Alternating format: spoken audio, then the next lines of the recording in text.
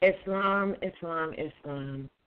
Welcome to Moor's Heritage and History School, MHHS Eyes Wide Open, blog talk broadcast entitled National Principles in Action. I am your host, RVBey, along with my co-host, and he has not pressed one yet, but I do see Israel has not pressed one yet. He's probably forgotten to do so, but I do believe we have. Oh, there he is. Islam, are you there, Brother Israel? Islam, peace and love. I am here, and I apologize. I have to press Uno again, but all is well. We are here. That was what I used to do all the time. Was just I was never pressed one, and but anyway, it's all good. We send our love out still to Sister Anna E. I believe she will be with us next Tuesday, but we'll see how things go. We also have with us tonight Grancy Tujo Adwail. Are you there? Islam, peace and love to all Moors. All right, to all Moors. All Moors across the land. Peace and love to the panel, Islam Moors. All right, all right. Yeah. Yes. Now, our syllabus is, and you're going to like this, we have translated, not translated, but put into perspective. As the prophet said, if you cannot convince them that they are not Negro, colored, and black, there is no need to tell them anything else. Just keep it moving. And so we realize that this translates and includes all things of a black nature. And we're saying commercial process as it relates to your birthright, okay, as it relates to your birthright, but not limited to commercial processes or assumptions of commerce, inclusive but not limited to factoring yourself as a human cargo into the equation, because we've said it 1,000 times. If you really think you're doing commerce or that you're dealing with a, quote, government that's doing commerce, then what is the product? So when you're dealing with your birthrights, it has nothing to do with commerce, so therefore you're still in black status. And even those of you out there who have submitted, proclaimed, published, etc., your judicial notice and proclamation and your name correction, or either or both or what have you, you're negating it by thinking, you haven't read that clear, by thinking that commerce, as it relates to your birthright, your nationality, right, is what you are doing. And believe me, we know, we've seen over the years all the new dangled things that come about and people get involved in after a certain time, after you've been drugged through some stuff to finally realize this truth, this and then look at and see what you have gotten yourself into. Now, what I realize is that the people's minds really have been forced to believe and to think they know that these entities, local and otherwise, are actually government, without looking in to see what that is and what that is not, and that they are not, and they don't even hide it. So, but because you think they are, and whatever they have morphed to or done or whatever, you think it is, the authorities, when it is not. So because you think that, you've gone so far as to say, hey, they're doing commerce, so I'm going to figure out how they do what they do, and I'm going to do it too. No. That's you have to separate when you go. It's like I had someone tell me, everything is a commercial contract. Well, if it's a lawful notice, it's not a commercial contract. The two don't go. Like even a lawful notice, so I'm like, all right, they haven't really studied it enough or know enough or whatever to say that something's a lawful notice, and they call it a commercial contract. It's not. So therefore, a lot more studying has to go in. But one thing is for certain, your birthright, this is about gaining your heritage and claiming your nationality and your birth, declaring it first. That's why the prophet said it. You know, it's like if you don't do anything else, declare it. Be real clear. So that's what it's about. And I'm sorry to tell you guys, it doesn't have anything to do with commercial contracts.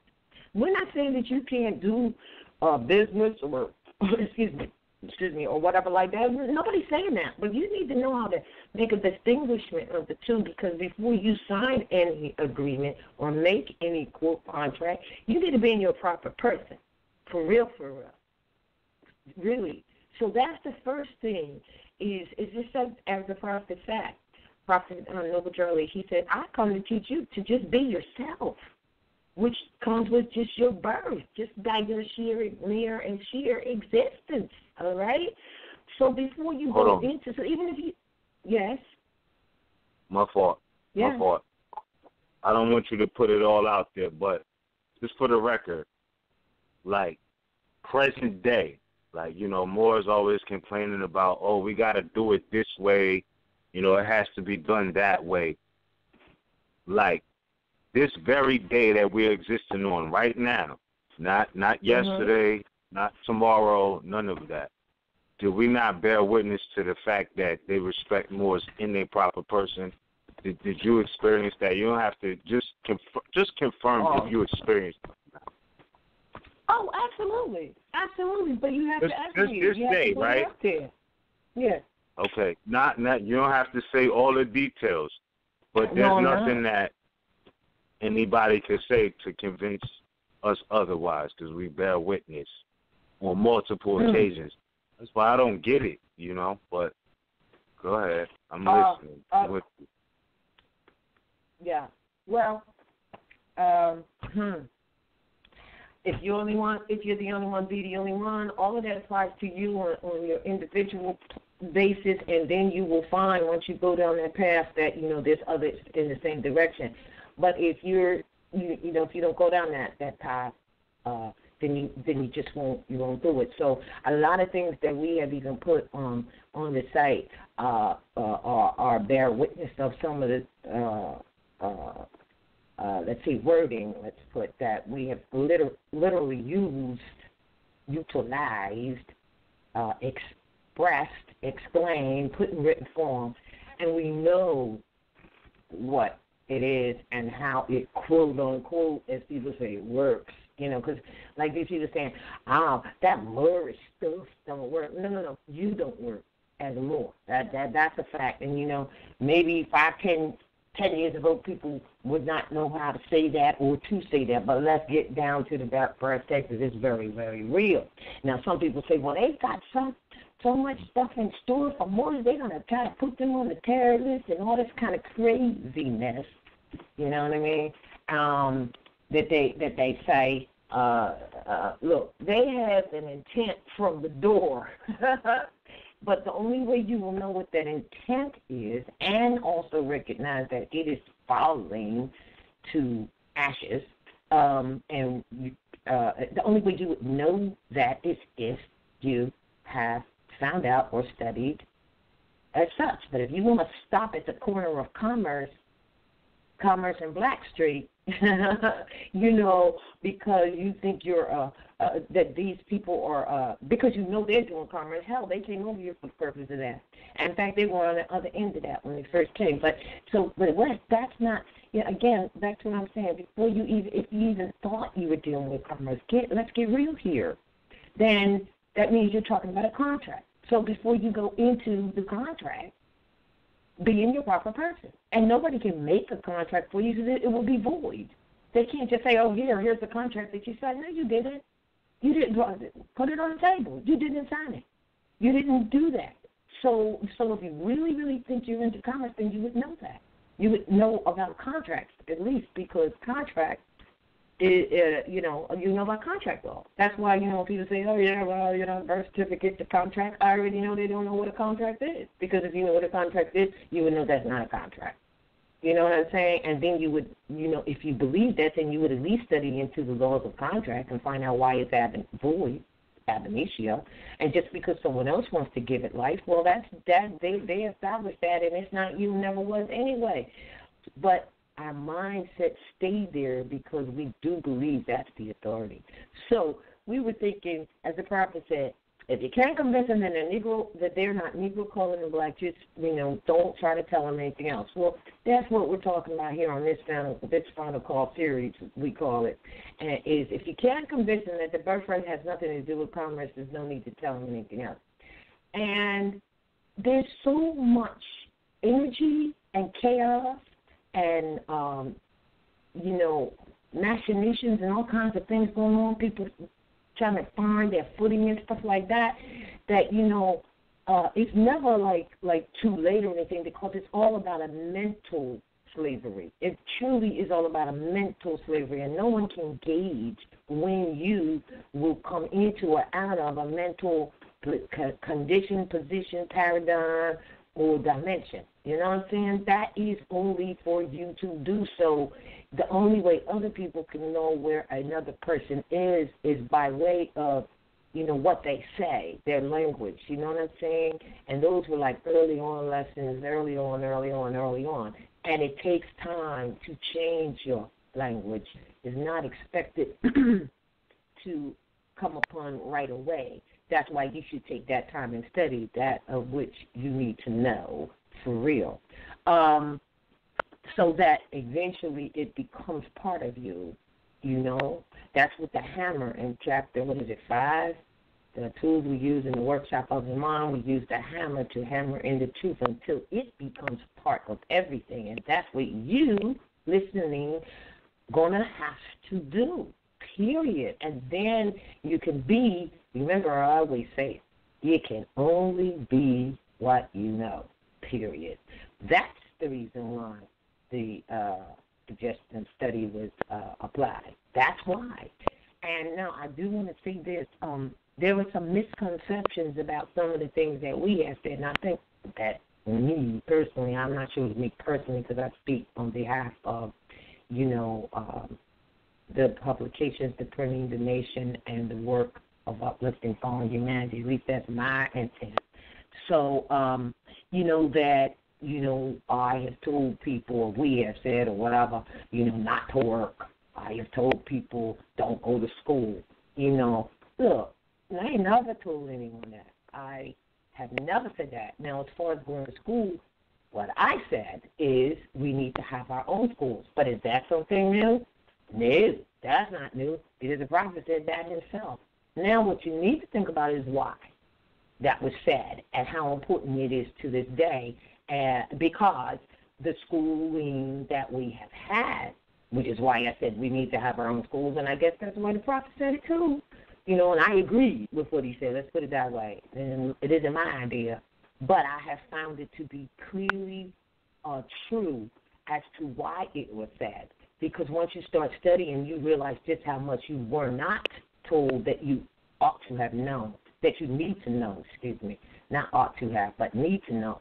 And so this is why you say, wow, he was so right when he said that, we need to have our own schools for a simple reason, to teach our own, history and heritage, period. And so you can't hold it against any other entities or governments, because government means the family, which is people. So you can't hold it against them because they've said that they established schools to teach about their history. How are you going to hold that against them?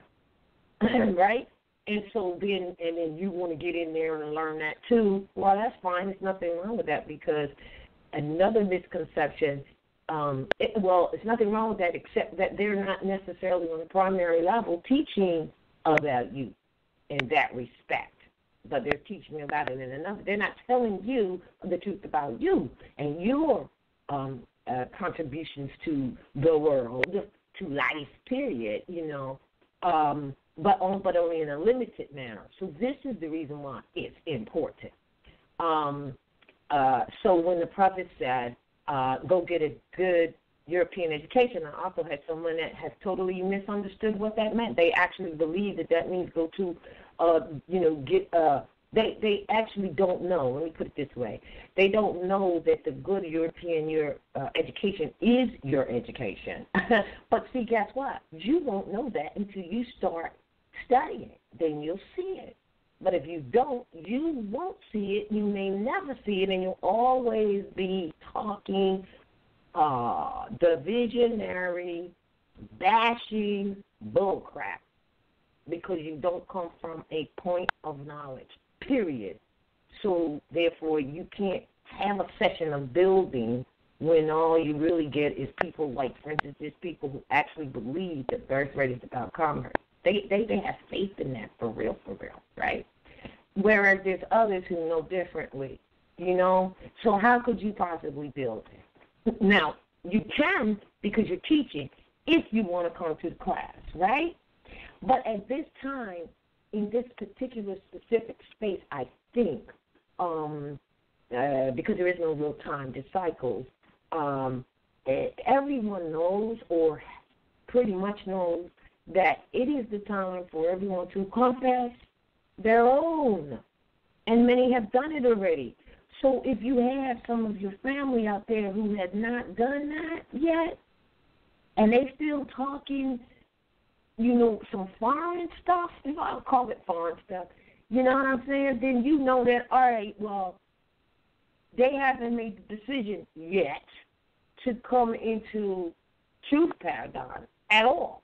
They just had decided to stay right there. So you know why it's hard to waste your energy with someone who hasn't passed the first grade or the first degree. I love it. They're going back to the part of the topic of our syllabus.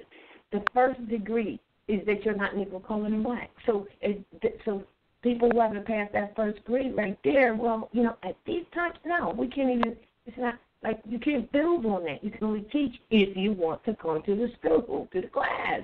Whether the class is, you know, electronically, you know, on the electrifying information, whether it's a book, whether it's a session such as this discussions we have, whatever it is.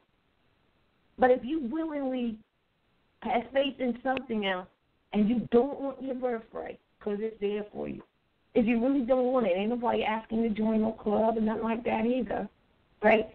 Then you have decided that that's where you're going to be. So what you need to do is build with people who are in that venue with you, because you've made that decision already, and that's where you're going to be. But don't bash others who have decided to ease on down the road. And when they ease on down the road, they find, what's the word you use? Maybe you say testimony.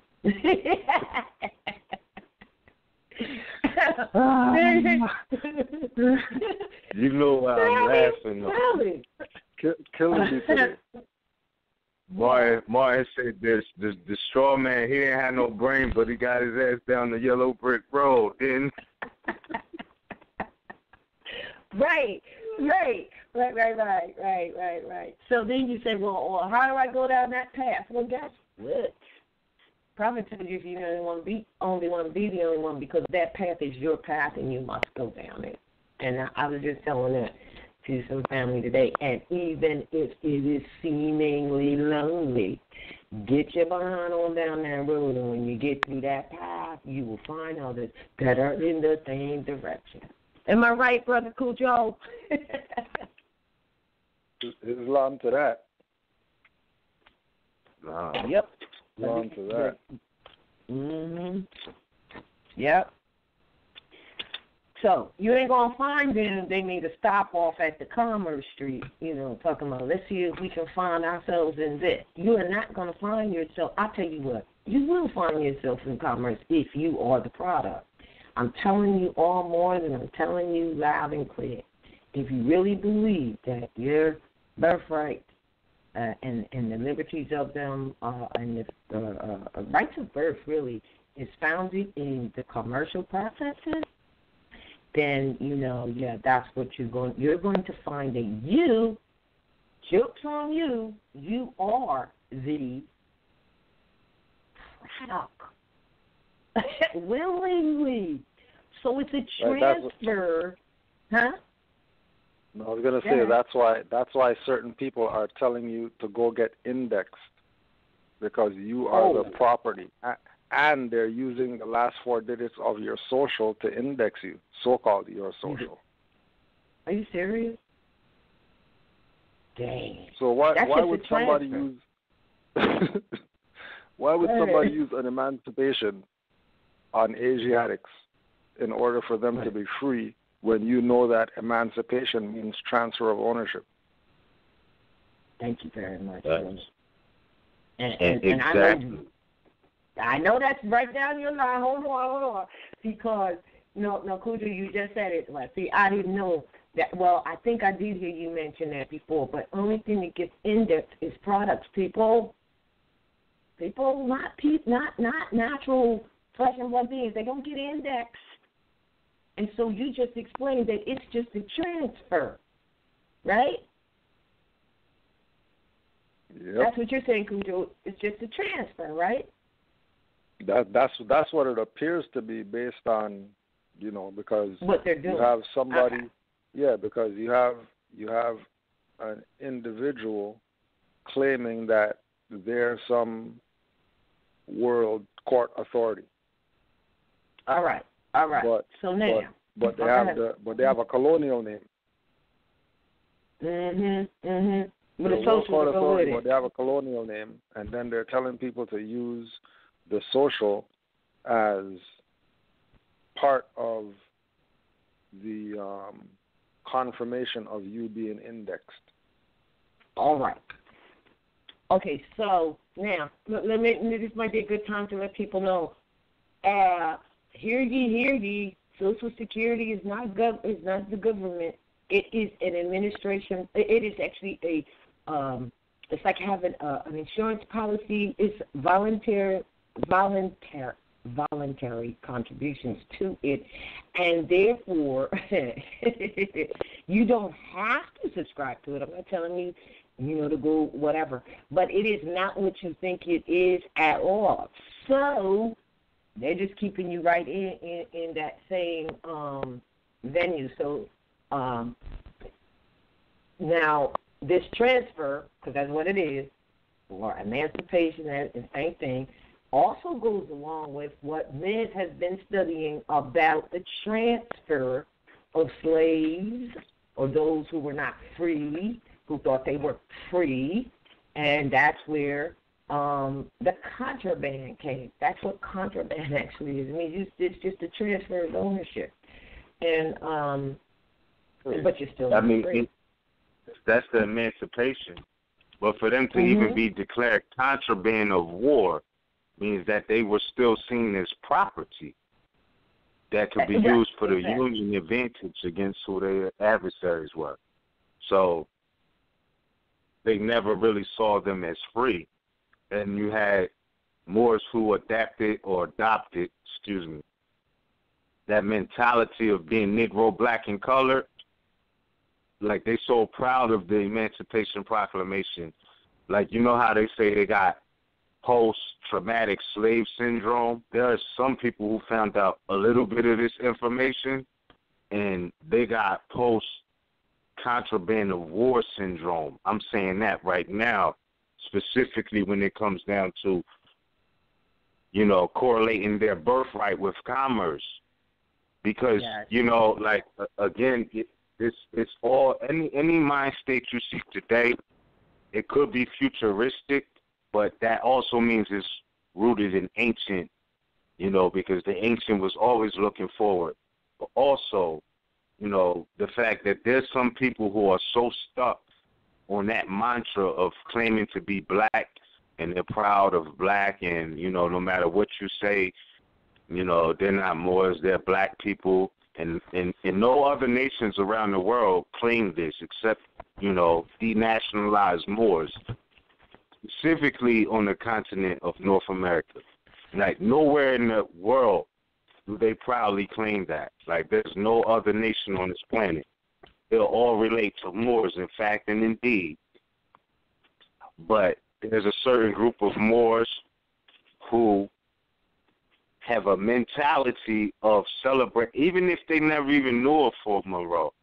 Like, even if they never know about the history that was there, just the fact that mentality that celebratory mentality of being happy to be considered somewhat free based off of commerce and really not being free, just present day, even after the so-called emancipation, you know, they still feel as though they're or have the mindset rooted that they're contrabands of war, which is why they get the concept of everything is commercial now. Don't get me wrong.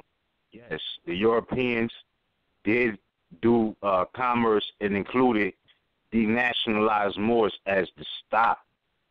There's records of Europeans as inherited estate being denationalized Moors, meaning that back then in the 1860s, you understand, that there were Europeans receiving estate inheritance of denationalized Moors, meaning that they would transfer their quote-unquote property claims, though they were never really lawful, because it's against the laws of nature. But nonetheless, on paperwork, there was bonds and things like that. So they were never really considered as being free. It's just like having a bunch of cows on a farmland or a green pasture, and them being fenced in and being able to roam free. Nonetheless, though they're not chained to the stable like that, they're still boxed in. And this is the same thing with the contraband of war decision. And you have people who still adopt that mentality of, well, the only thing we're going to be recognized as, give us recognition for. But they never recognize you as being free. They still recognize you as property. And based off of that, they didn't have to return you because they were beefing with some of your other enemies, if you will. Or some of them were getting away from, you know, the Union's enemies or whatnot. So just to put that in perspective, again, Contraband of War, page 393 of the Henry Campbell Black's Law Dictionary. It says here, contraband of war, certain classes of merchandise. How the hell did people even like to even correlate that sentence referring to a people? That's just unnatural. You understand what I'm saying to you? Like, it really is in the law of nature. But nonetheless, there were people who were proud of this decision. You know, they were on the plantations and things like that, or really on their own land under rule of Europeans. You know, like, so they were subjected in certain conditions. So, contraband of war, certain classes of merchandise, such as arms and ammunition, which by the rules of international law cannot lawfully be furnished or carried by a neutral nation, not a neutral institution, like a neutral nation, to either of two belligerents. So meaning the Union saw you as a belligerent, and the Confederacy saw you as was seen as a belligerent. So the Union Army was looking at, you know, those enslaved, denationalized Moors and the true Slavics or the true slaves being Europeans. They were enslaved too. This is not real facts. They were enslaved too. So the Union is still looking at it though like, okay, y'all Moors, y'all basically turn coat on your owners. We're not going to give you back, but we're not recognizing you as free. You got European names anyway, you know. So the commercial aspect was you being property, you being the merchandise. I'm not saying that that's right. I'm just saying that to detach from that concept of thinking altogether is going to take a concept of constitutional law and natural law and international law and natural equity. Because remind you again, the Constitution, Article 3, secures cases in law and equity, you know, equilibrium, natural justice, you know. So You got to keep that in mind. And with that being said, I'm just going to quote from John Bouvier's Institutes of American Law, because law and history go together. And when you know the history, you see what the mentality is today. They never really were free, like Cujo was saying. It was just a transfer from the Confederates to the Union. And I'm thinking about it. I'm like, God damn it, everything these European pilgrims do is unconstitutional. I dare somebody to prove me wrong. Everything that they're doing for the public record is appearing unconstitutional. So damn it, I would dare to say that even to this day, the Confederacy was banned by the Constitution, like Article 1, if I'm not mistaken, Section 10, where it's talking about no state shall enter into any alliance, make treaties, or enter into any confederacy, right? Right? No state shall enter into a confederacy. But it feels like this is still what's going on. Because even when they made the transfer from the Confederacy to the Union of certain Moorish property, which ab initio wasn't really a lot of, Moors being considered merchandise there. Prior to that, they was dealing with the Aboriginals before everything that happened at that fort inspired the Emancipation Proclamation. You're talking many wars and battles between the Aboriginals there. And then, this concept of the so-called slave ships coming in from Africa, whatever, coming as, being baptized or Moriscos or whatnot. But prior to that, what made this all go down was the beef between the Confederacy and the Union. Neither one of them were willing to relinquish. Abraham Lincoln said that. He's like, look, even before the Emancipation Proclamation, when they was talking about the war between the Union and the Confederacy, right, who was seeing certain people as property, i.e. the commercial market was or certain natural people or natural persons being denationalized and regulated to slave labor or whatnot with no say-so, that there were aspects between the Union and the Confederacy that allowed that mentality to even be logical amongst themselves, though, because the Union is like, all right, here's some denationalized people that y'all said were slaves, that they're supposed to be building a fort to fight against us. So in war, we can confiscate property that's going to be used against us. That's the laws of war.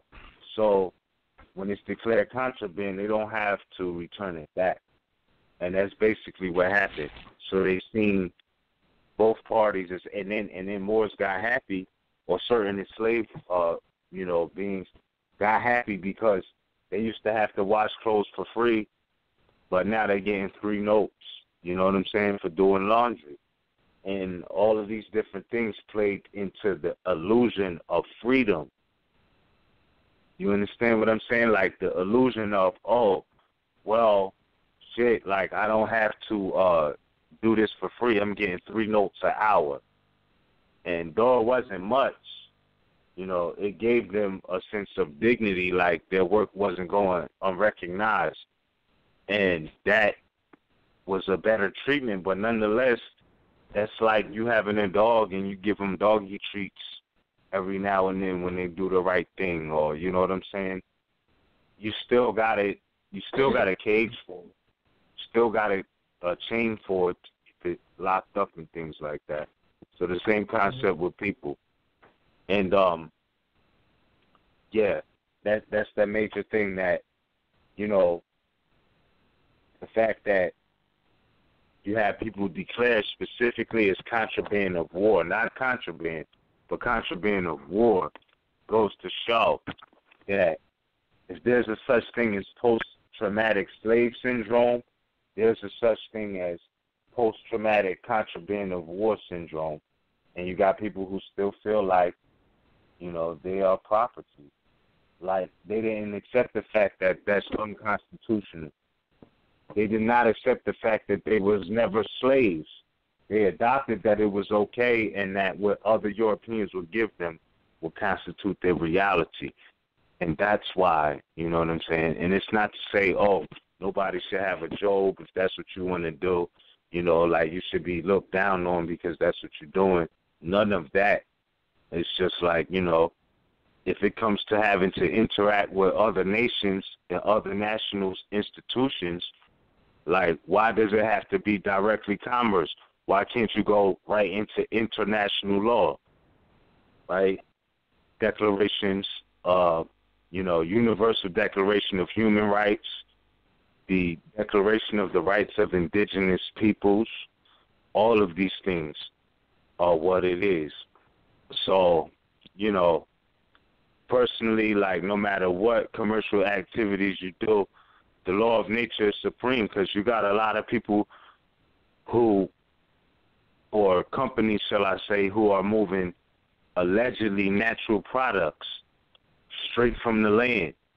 But they have to deal with the law of nature first before they even deal with commerce, meaning that they got to plant seeds, watch them grow based off the stations of the sun and the moon, and then after they apply the natural law, that's when they could talk commerce. Moors need to have the same concept with themselves, or denationalized Moors who think they're Negro, black, and colored. They have to have that same concept with themselves as first as, you know, dealing with the law of nature, all right, according to the natural law, you know, nobody's superior under the natural law, right, allegedly. So that means that there's no European that can regulate the method of your existence or how you live unless you consent to it. And I'm not just saying that to be like on some rebel type. That is the law. It's in the Declaration of Independence. Unless you consent, you know, and all of these things really don't apply. So that's why they try to get your consent, to get you to circumscribe your existence to a piece of paper that they have that they want you to fill out. Like, that is reality, you know. But they set up the jurisdiction with that. So all I'm saying is, in real life, I mean, it's just about, and what they're dealing with, a lot of the science they're dealing with is spell casting. So in commerce, yeah, breaking the spell is going back to natural law, specifically if they're looking at you as the product. And I just got to say this, you know what I mean, because a lot of Moors really got to understand that, you know, when the Europeans are trying to do commerce, they're looking at you as the cash cow, meaning that they know you might generate a lot of things and manifest a lot of things. You might be able to build these things, but they're going to tax you just for doing it. You feel me? Like, and not that they have the right to do that, but if they're looking at you as the product, they're going to be like, you know what? We got a right to, you know, to get some income off of that, to extort you for that, based off of the fact that, first off, you're transacting business in a European name. So when you're doing that, then you better believe that the Europeans are going to look at you as a derivative of their national products or belongings.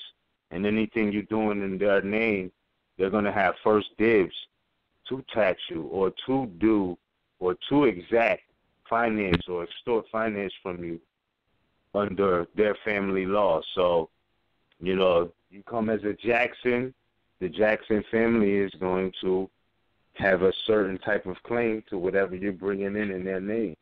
And this is what it is. So that's the commerce aspect that I was trying to speak on, because a lot of people have been made subject to that, but that's not the remedy. The whole remedy to that is the natural law, opposed to digging deeper into being, you know, complacent with those commercial aspects of existence.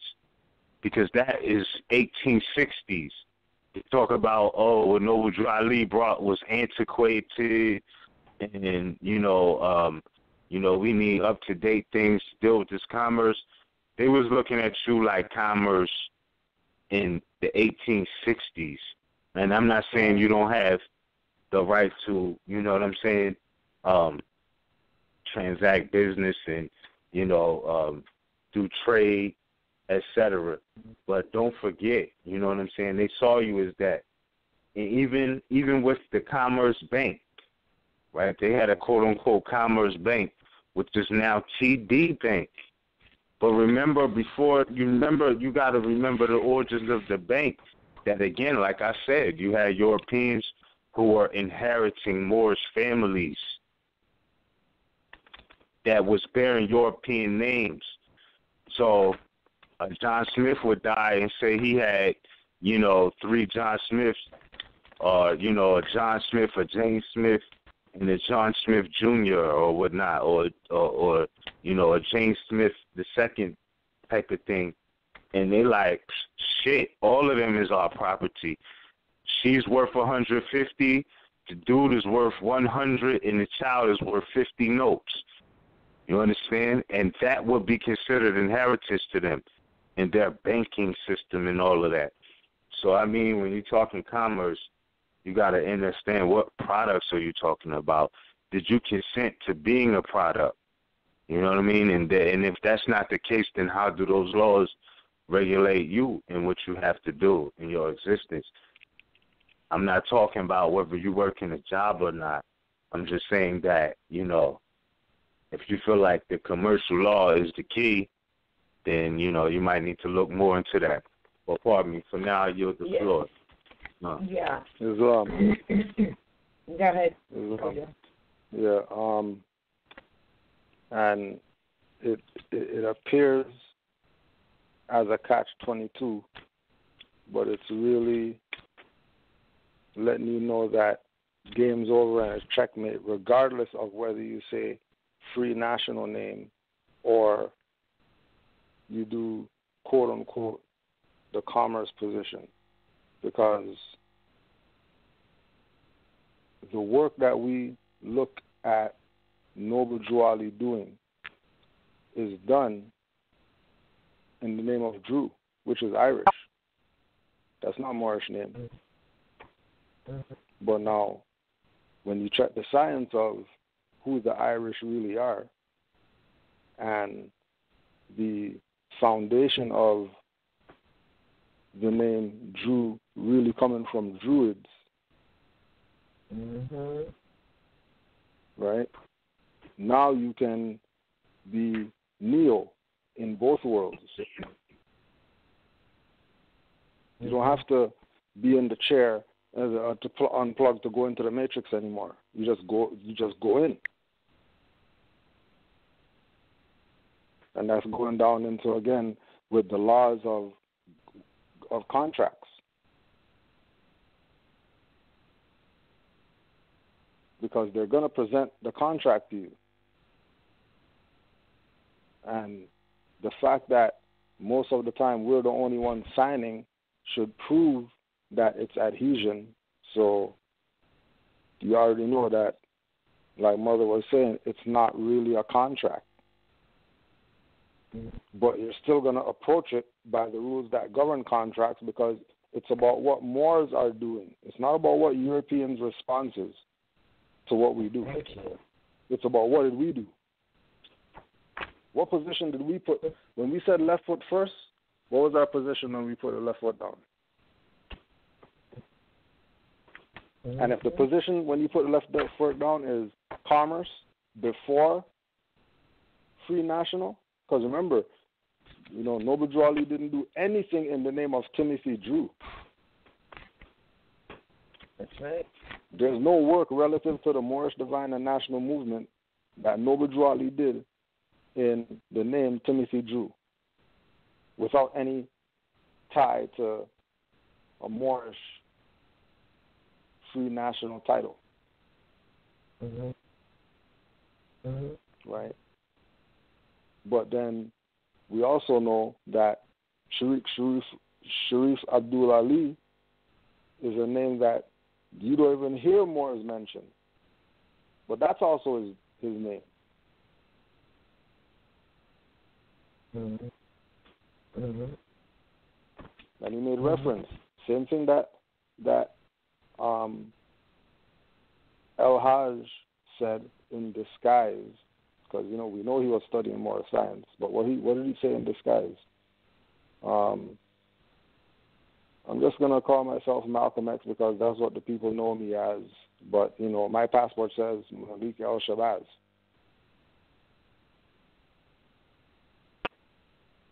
Right? Mm-hmm. And then Noble Drew Ali told the Moors that there's a name that he has, but that it can't be used over here. That name can't be used on this side.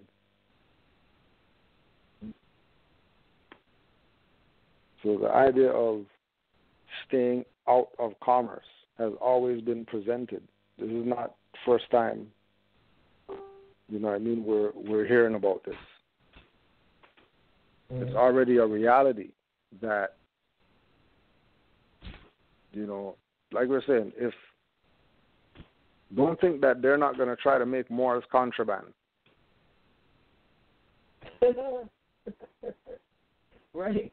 Right. Don't think Negro black colored alone, is victim for being plucked out of, existence.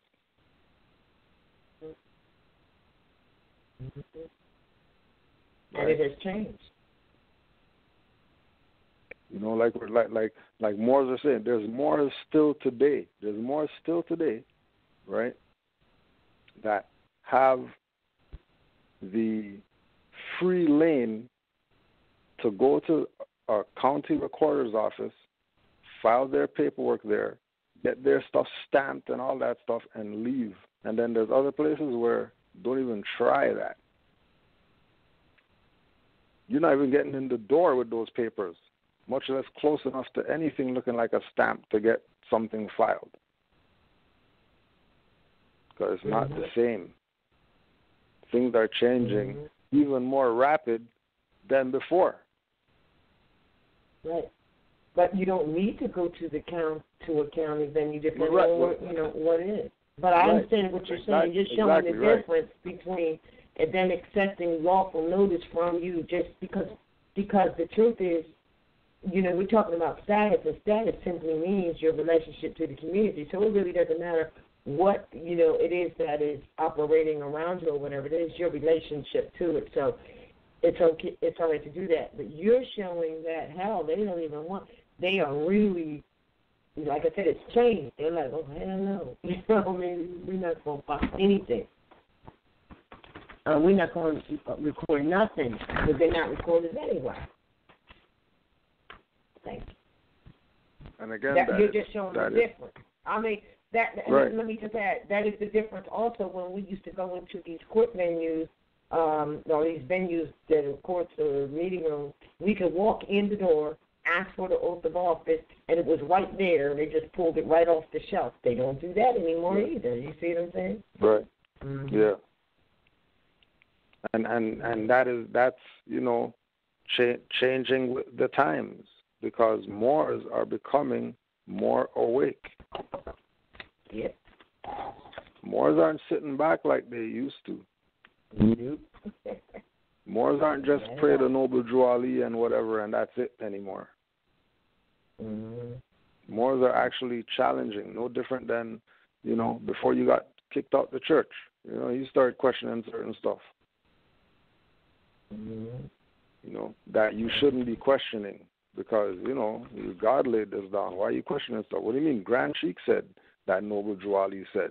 What do you mean you have something saying that Noble Drew Ali said without a Grand Sheikh quoting it? Mm-hmm. Right. Mm-hmm. It's getting away from that. It's getting back into its purity of people realizing that this is about their nationality and birthrights. who gives a whatever you claim your religion is, or what group you belong to, or, you know what I mean, what type of clothes you wear or whatever like that. Everybody else has a nationality, and you better get down with that ASAP. Forget all this other stuff people talking about that you could do in order for you to be recognized by whatever, not be on some list or whatever like that. Like, only thing that's indexed is property. The people who were real important, back in the day, you had their phone number to memory. You didn't have to check the Rolodex. Right. Because the unimportant people are in the Rolodex. The people you don't think about that you need to go reference to what their number is. The people who you know, you're not checking nothing. You already know what the number is. All right, get back to the source. The source is that Islam is I, self, law, and master. Forget what you've been told or taught or watch some debate. You think that guy's right because he showed some Islamic pedophilia or whatever. I, self, law, and master is man coming to the realization that him and her and Allah are one and the same. There's no separation. And that when man is not Allah, man is the lower self. That some people call devil, Satan, beast, whatever. And that's the only two sides. Ain't nothing else. Either you're on the wave of righteousness, which again goes into status, spiritual status, mental status, mental states, spiritual states.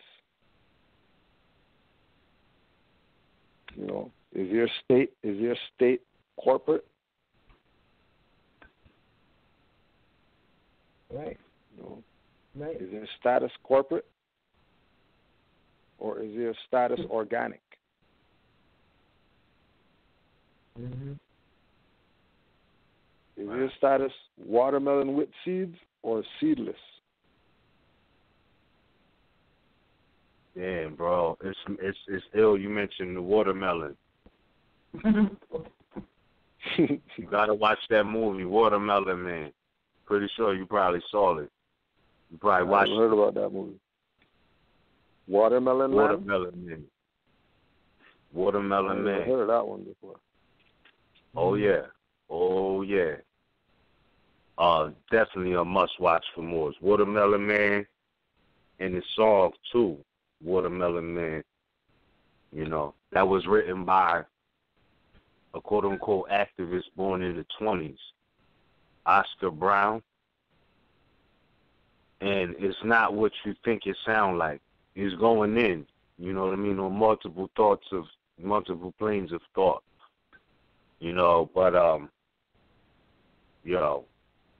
Watermelon Man. Show you the dangers of the European woman and all of that, bro. Like, it's a must watch. Must watch for more. Well, let me say this. We're talking about commerce, which, contract, contract law. My fault, too. Before you say that, I don't mean to cut your wisdom. That's not a disrespect or a disdain for all, quote-unquote, European women. Let me just make that clear. Right. You know what I mean? Like, just so it's not, it's nothing hateful. But it's a message in that. That's all I'm going to say. It is what it is. It's a message in that. Islam. Well, Islam. Speaking on that, though, I will say this.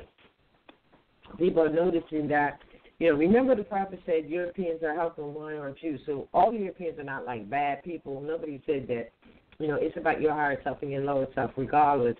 But also, government is family, and, nationality is family, and your political, when you determine your nationality, you are actually saying what your political allegiance is to your family, and your family is government, because government is the people. And so with that in mind, a lot of people are noticing now that even modern Europeans, of whatever their nationality may be or rank or citizenship level or whatever, you know, they're not allowing themselves to be violated by these venues, you know, proposing to be government and actually violate. Government is supposed to protect and secure the people's rights, protect, secure, and preserve the people's rights, and clearly, I do mean clearly, they're not doing that. You have to, a blind man could see that. You could have no eyes at all, no idea of sight, and you could see that. That's just real clear now, whereas it may not have been before because it was cloaked or veiled. And because people believe they were governments, whatever they say, it's the law. It's not the law. They're not the government, period. That is not even something to debate anymore. So even, you know, modern Europeans, they're not allowing themselves to be back. They never really did. It's just that the information that, as Kidja said, Moors are becoming conscious, and so is everyone else. Because, you know, remember the promise that I'm universal. And remember, it's about love, truth, peace, freedom, and justice, and that's for all, regardless. It's about uplifting fallen humanity, and that includes all, regardless. So now they see them, a lot of people are seeing them, you know, in different YouTubes or wherever they're finding these things where they are also standing up publicly, and you can find it to these policy enforcers trying to infringe on them. And so some Moors are like, oh, shoot, wow. You know how we got that syndrome with the Europeans say it's right, and then the Europeans doing it must be right. So they're seeing more of that. But whatever it takes for you to get to the place, that's what's important, because all of it can change by the will of the people, period. So I just wanted to add that in, that, you know, no, definitely not saying that. But now, going to what you were saying about contracts and commerce is definitely based on some sort of agreement, some sort of contract, whether it's a contract to provide this or, you know, do this or whatever it is. And you guys are talking about you're doing commerce and it's about commerce and you don't even have a product, you need to open your eyes and see that you stepped into the lion's den and they're just sitting waiting until the appointed time to eat you. However, they do pick some off every now and then because you are the product. Just what you thought you was running from, I can't even believe. Like, the concept of what this is was somewhere absolutely lost. Because if it's about you being your birthright and not being in a contract or being governed by someone else or being someone else having the authority over you, how do you turn around and go into commerce? And then you go in with no terms. Because how can you, the product, make terms? Products don't make terms. So you're not Negro, colored, black. No, if you can't convince them they're not Negro, colored, and black, remains as it is, that includes. If you can't convince them that their birthrights are not steeped in commerce, you know, same thing. So you just turned around and then said, okay, we're going to do commerce. And you just put yourself right back in the same bag and don't even realize it. Because commerce is about, you know, some agreement to do, to act, or something. So what they, you know, it's a constitutional law and law of contracts, a permission by a competent authority to do some act which without such authorization would be illegal or would be a trespass or a tort. All right? A permitted privilege to do what otherwise would be unlawful. A permit granted by permit, that means contract. Contract says what can be done, what can't be done, what I will do, what you will do, what I won't do, what you won't do, et cetera, like that, right? So it's a permission, okay? It basically is a permission. That's why there's the case law that says you can't even waive your natural rights, your birthright. You can't even waive that. You can't even do that, even if you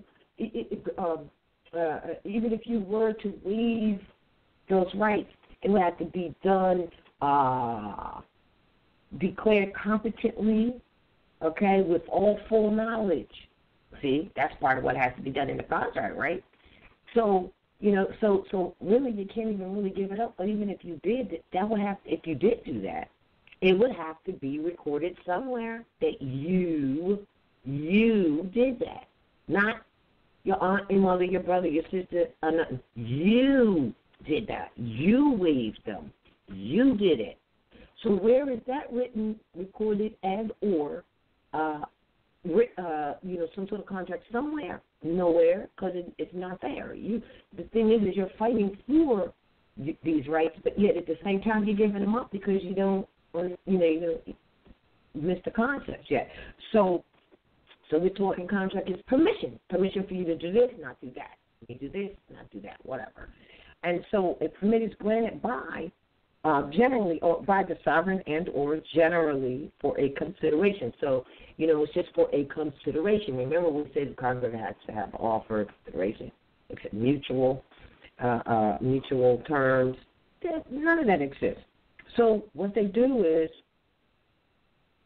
they turn that into a license, because license and permit, it means the same thing. License means permission. Hear me out and hear me good. License means permission. A contract is all about permission. All right? Agreement. All right? And it has tenets to it. It has specificities to it. But in the end, it is giving authority to do something. It's giving permission to someone else to do something where you are concerned. All right? So when they turn it into what we'll do is, we'll license everything they do. Everything they do, I don't care what it is, we're going to make them have a license for it. We're going to have them agree. Well, let's go into that for a second.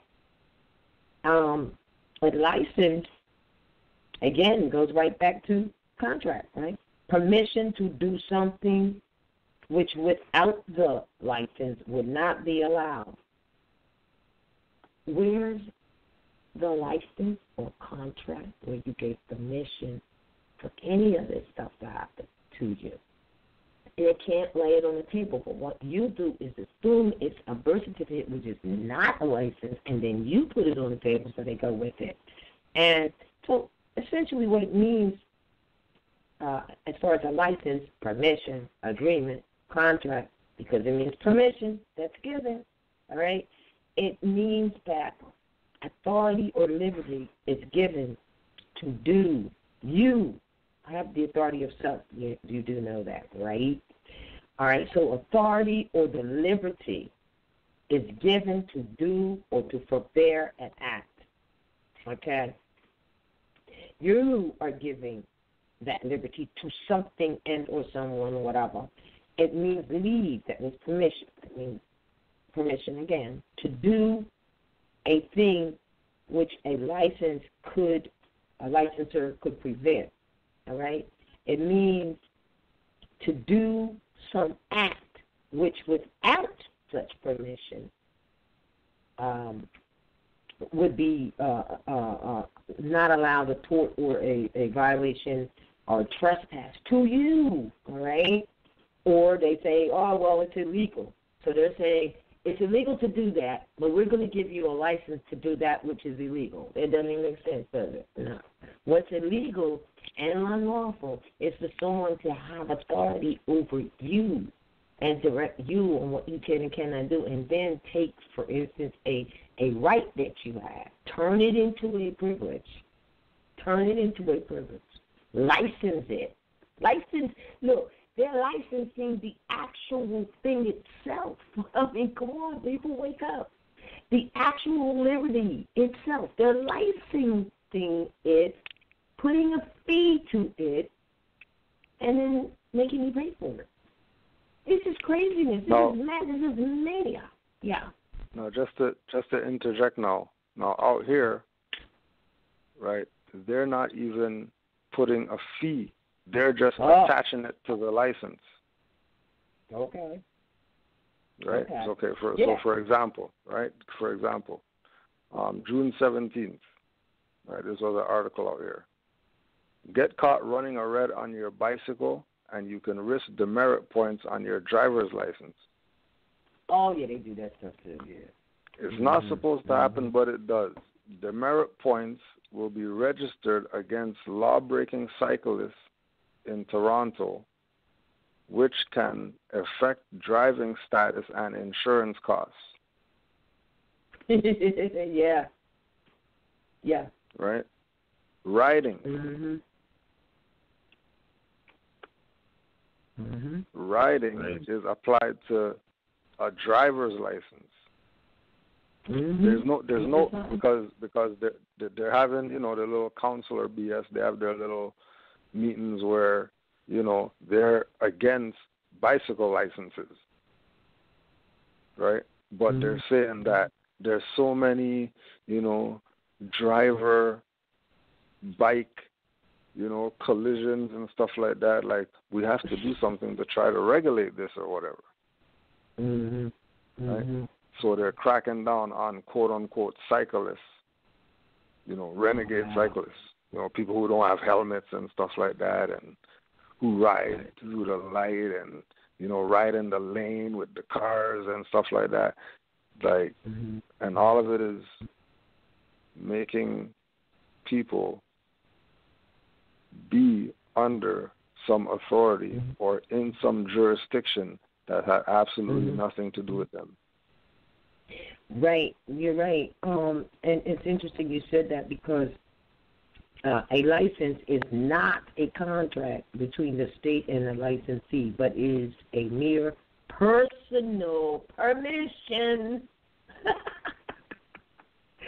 And so, and and that whole, look what they're doing. We have said, it has been said for a while now, that driver's license instrument is the single sole instrument where they are actually raping you for everything. And you just showed that. Oh, well, if you ride that bike and you do this, we're going to tack it to your driver's license instrument, and we're going to surcharge you, and we're going to fine you and all that. Against what? Against a driver's license, because they're considering that as, I guess there's really, I won't say that they're considering it as traveling or transportation of any kind, because they will tack against that license instrument anything at all. Because remember, they're all corporations and they come up with think tanks of things. So you could not pay. Well, let's see, what's a good one? Well, of course, child support. They add that to it. Hell, they don't have nothing to do with each other. But the tie-in is the driver's license instrument that they give you or that you get, that they tie everything that they rape you for from that. Okay. Then you got Now check this now, right?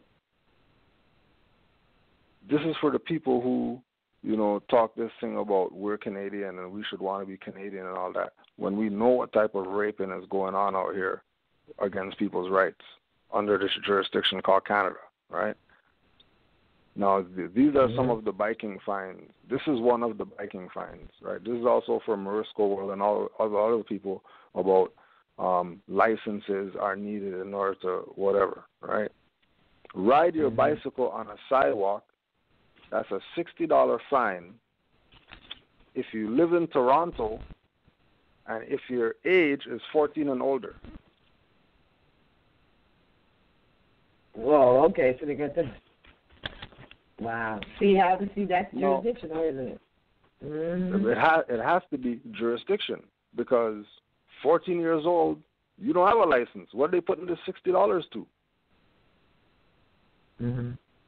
Like when they stop a 14-year-old for riding their bicycle on a sidewalk, and it's a $60 fine, what are they getting from that 14, 15, 16, 17-year-old in order to write on the ticket of the $60?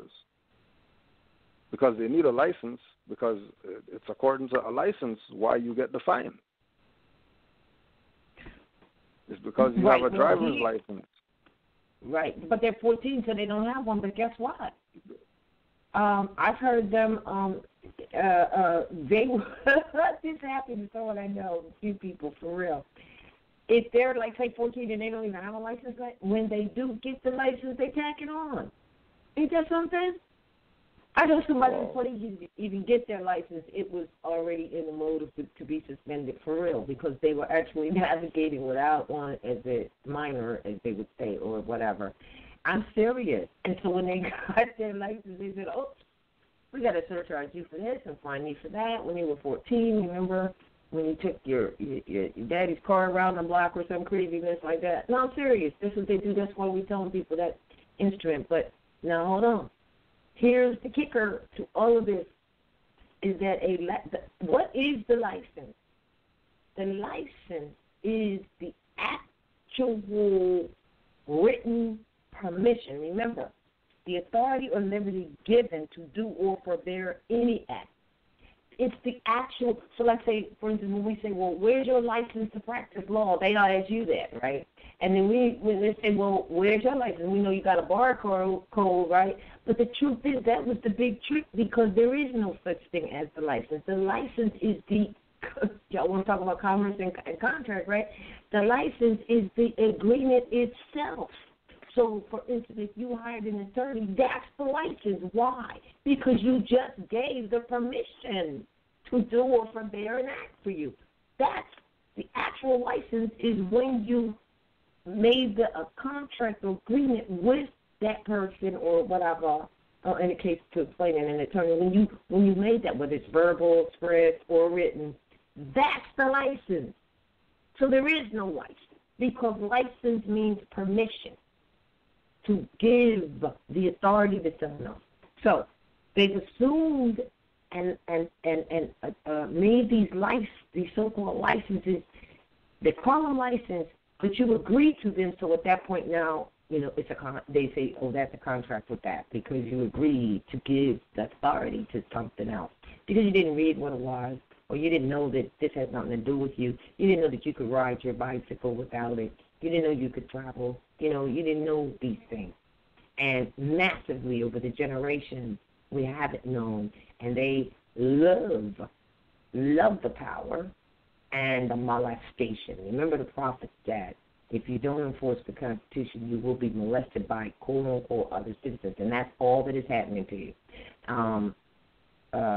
All you're doing is going into the den regarding those liberties when you think that your birthrights have anything to do with commerce. Now, again, if you want a contract and you want to do commerce, that's your business, but you need to do it in your proper person. And I'm telling you that you can definitely do that and reserve all your rights, and not just reserve them and preserve them and protect them, but actually exercise them, meaning be them. You must be your liberties. You must be who you are. And that's why the prophet that I kind of teach you to be yourself. All right? So you have to be that. You have to be that. You have to be that in everything you do. And remember that the question is theirs, the answer is yours. And there's no authority unless they can come up with where you gave permission. There's no authority that can tell you cannot do this and you cannot do that unless they show you where you said you gave up that authority to something somewhere.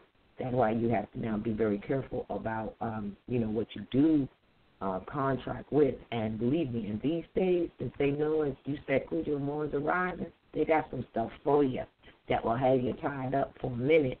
But all it means is that you can get out of it, but you got to spend your time getting out of it. And we're telling you, don't get in it. If you're really seeking for to declare your nationality, to proclaim your nationality, trust and believe.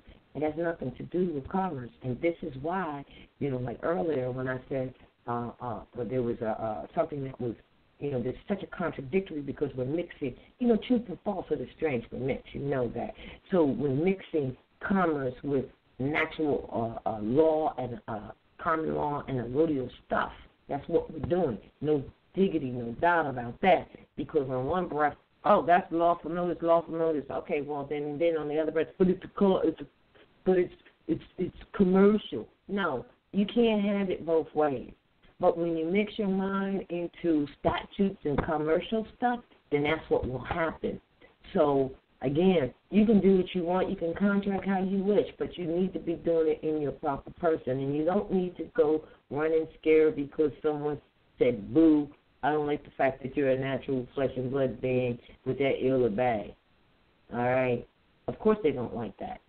That's what they've been, the powers to be, as you would say. I'm saying powers, not actuality, but those powers to be was to make sure you never knew who you really were and what this is all about for you on this land state. That was their mission, not yours as you rise. That's not your mission. Your mission is to honor your mothers and fathers. Your mission is to go back to the mindset of your ancient foremothers and fathers, which means it doesn't go back to some instrument that was established in 1930 or whatever like that. It does not go back to that, all right? And that's why the prophet said there's no need for the 14th, 15th Amendment. Why? Because all of those instruments that you think are, that you need to index and all that crap, right? All of them came out of that time frame and out of the 14th Amendment, including your preacher guys and from the reverends and everything and civil rights leaders and stuff. They all talk in 14th Amendment. 14th Amendment was established for, listen clearly, for corporations. Don't believe me? Go look up. See, this is what study does. You go look up the word person, and it will tell you when you see that word person, it'll tell you right there. There are two types of person, natural person and a corporate person. And then it'll say, persons can mean corporate person as is used in the first clause of the 14th Amendment. What did they just tell you? You were seeking person and found out by seeking that when they say person all in the 14th Amendment, they are not talking about flesh and blood natural beings. That's what you found out from that study, all right? And when you go look up inappropriate persona, that's when you find out that an attorney is a bounty hunter with a suit and tie on, and he gives what? It says it, leave to the court or to the venue because they're not in court. But let's assume they are for a second. He gives leave to them. What does that mean? Do you know what that means? Do you know what that means? It means once you hire him, he then brings you to them and drops you off and gives jurisdiction because once you become a client of an attorney who is an officer of the same court, by the way, which is a conflict of interest, once you become a client of them, you become a ward of the court. You want a ward, period, until you declared your nationality, your status, which is your relationship to the community. But you are an attorney, now you become a ward of their established court. Now, I'm not saying that. Go look up inappropriate persona, 3 words, I-N, and then P-R-O-P-R-I-A, and then persona, P-E-R-S-O-N-A, meaning improper person. And the prophet said, I come to teach you to be yourself. That means be improper person, all right? And when you look it up, it tells you, oh, yes, leave to any court must be done in proper person, because if they're not, you give leave. The attorney gives leave to the court. So, yeah, that's all part of the study. And this is old stuff, but new souls, new people may be coming in to hear it. It's real. Now, you got people out there, believe me, I know, because I just experienced a wave of some text messages and this new textbook crap that was crazy. They are out there, and they have faith in corporations. They have faith in commerce. They do, and they want to pull you away from what you're supposed to be doing. I'm telling you. And, I was reading, and I don't want to read it, but I was reading, and I didn't share this with you, but I was reading some of this stuff, and just this evening, because it's been going on for like 24 hours now, I recognized that from the spirit, see, you got to learn the spirit of things. I said, oh, shoot, one of these people in here is a disgruntled European. How did I know that? By what they said. That's how I knew it. I said, oh, shoot, one of them is not a happy European. They're not a good European or the good ones that are working, or assisting in the uplifting. They are a disgruntled, and they throw themselves. That's why it's dangerous to be on Facebook you don't know who you're talking to. It's also just as dangerous to start these group text stuff, okay, that people who, if you're going to do that, you really should ask people, is it all right if I put you in my group text thing? Because it becomes a bashing, divisionary. You can tell, you don't even know who you're talking to, just phone numbers, but you could tell by the words. You're not sure who's saying the words and who has time to go figure out, and identify people by their separate phone numbers. But then when you hear things, and just tonight before the show, something came and I said, oh, shoot, this is a disgruntled European that done infiltrated into this person who started this thing, this text group, into his text group list, and he don't know it or they don't know it.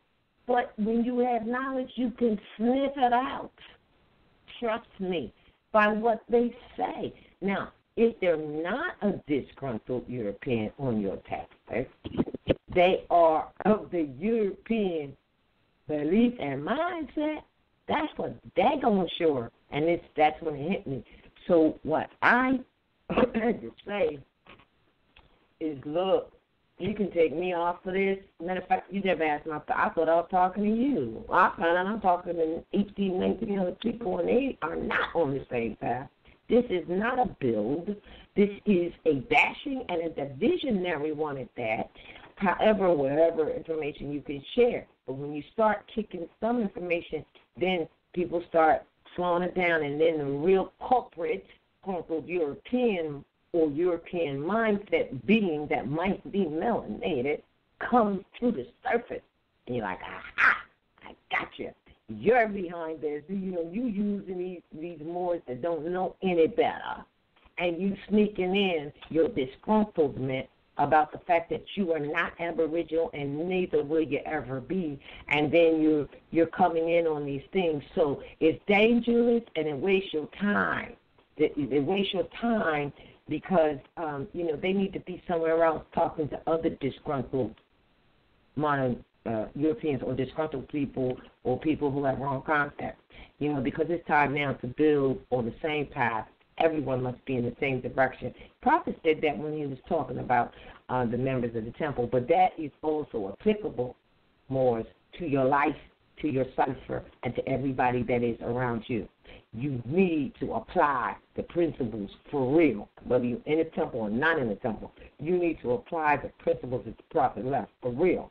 Now, the benefit of being in the temple, if they were operating properly, is that you get to build with others who are on the same path, and that's a positive thing.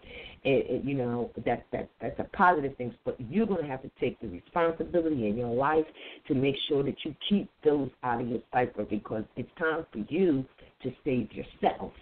There is so much information out here that, the elementary stuff is already availed. It's so availed that the infiltrators have tried to come and ravage it. But if you have studied to any degree and come out of the first degree, which is you're not Negro, color, and black, and today we'll add if you believe that your birthright is in commerce and you haven't passed that degree, all right, let's call that the second degree, but it's really the first degree, because all that stuff in terms of you thinking that your birthright is in commerce is black. That's black status, because that has nothing to do with status, because your relationship to the community ain't got jack to do with commercial contracting and cargo and goods and shit. I mean, really. So if you believe that, you are still, hear me out, in black status, which means, what is black status? Oh, this is such old term. It means civil, hear it out, civil liter mortus. What does mortus mean? Dead. So you are in dead status. So therefore, check yourself to see what your relationship is to the community, and I don't care who is in the community, what your relationship is to the community, because that is what status means. So you have somebody selling you a status package, for a whole lot of farmhands, and they don't say nothing about nationality. Guess what? It's not a status package, all right? Because you either are or you are not. You either honor your mothers and fathers, whoever they may be, or you do not. And you must be out of that commercial status, which is what the 14th Amendment is all about. The 14th Amendment and everything that goes with it is about commerce. It's about corporations. It is. And that's why, again, I repeat, the prophet said there is no need, and he said it smooth, too. You know what? Listen, he said there's no need for the 14th, 15th Amendment for the salvation of the people. And then he kept it moving. Why did he keep it moving and didn't break that down to you? Because it is your duty to go find out why. It is your duty to go find out why. And you can find out, like I said earlier, by simply looking up the word person, and it affirms what he said right there, because you find out that the first clause of the 14th Amendment, when they say person, and everywhere they say person, means a corporation and not a flesh and blood. Why do you need somebody to tell you that or to disprove that to you, and that itself proved it to you? Work from there. So I know I'm not that. Now you got to recognize when 14th Amendment stuff is thrown at you. What is 14th Amendment stuff? Corporation stuff. So now you got to know that you think you're dealing with a government, but you found out they're a corporation. You got the establishment date. They're working off of a charter or whatever, and you went and found that out. So now you know that whatever they say is not, it is 14th Amendment commerce. So then you got people saying, well, no, we're going to go down to the city hall or to whatever that place may be that has now been established as a corporation and not government, and we're going to do what they say because, you know, they're the law. And then you have these policy enforcers, you know, Title 49, Title 18, dressing up in uniform, going out in the costume, travelers on the highway, and you know, abusing people and stuff in uniform. That means that they are what is talked about when it says when two or more go out in disguise. What do you think they're talking about? You think it's your neighbor next door that goes out in disguise in a policeman uniform? No. It's the policy enforcers that work for corporations that lied to you and said they were government, because they're not. They go out on the highway. So this is how far the rabbit hole has been dug, and this is what you need to know if you truly, truly, truly want to be free. However, don't talk about what they do. Talk about what you do, because true freedom, hear this clear, starts in the mind. You free your mind and the rest follows. This is very, very real. So if you're not free in your mind, that's why the prophet said, you know, I gotta say it. He said, hey, I came to take you out of your mental slavery. So it starts in the mind. So if you have faith and belief that these people are something they're not, well, then you have not yet freed yourself. That's it, because we suffer from the lack of knowledge. And with that, I yield the floor. And, you know, if there's anything else to be said, we're going to open up the line soon enough. Islam.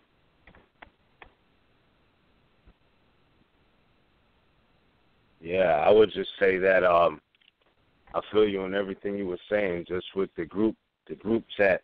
I saw some of that, but I guess I got to upgrade with my phone because I couldn't even respond. I wanted to respond and just say, but take me out this loop so bad, because it was just a ridiculous conversation.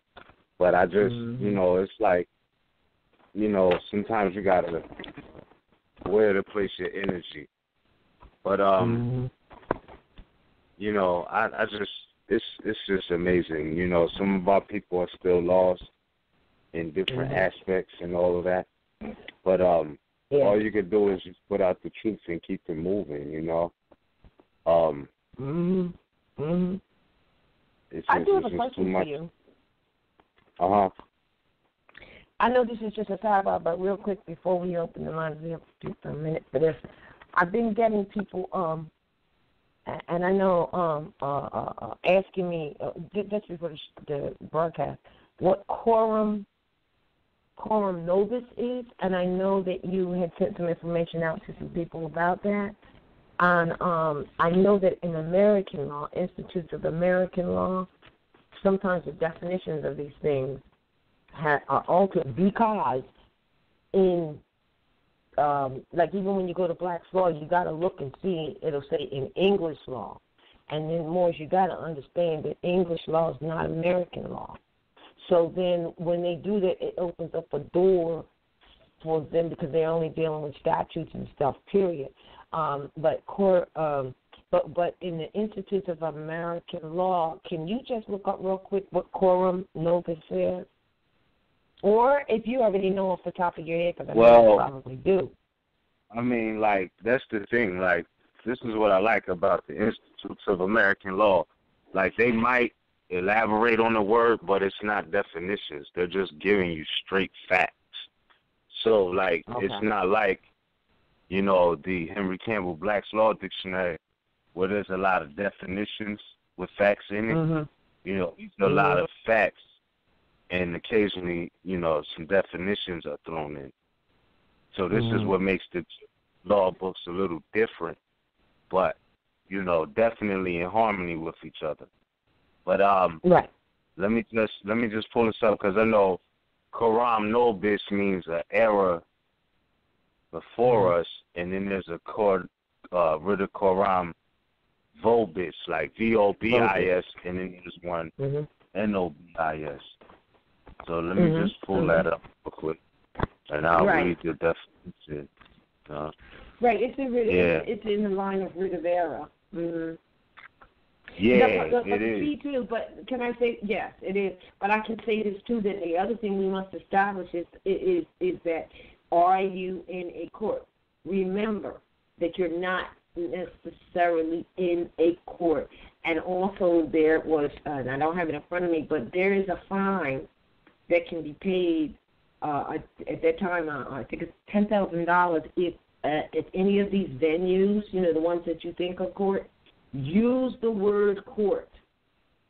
It's a miscellaneous infraction of $10,000 because they said that they were court. So keep that in mind as well. They're not all courts. So, and what happens is some people start studying and they come up with, say, coram nobis, which is really writ of error, right, before us, right? It's a writ of error. And then, you know, as I was reading it, but I want you to do the further explanation from the Institute of American Law, because more you need to be dealing with American law, the proper said, to enforce the Constitution for the American National Constitution, which was for the USA. Not that you were a member of the USA, but the USA or the Union States who came together, and all of them have to follow the national Constitution.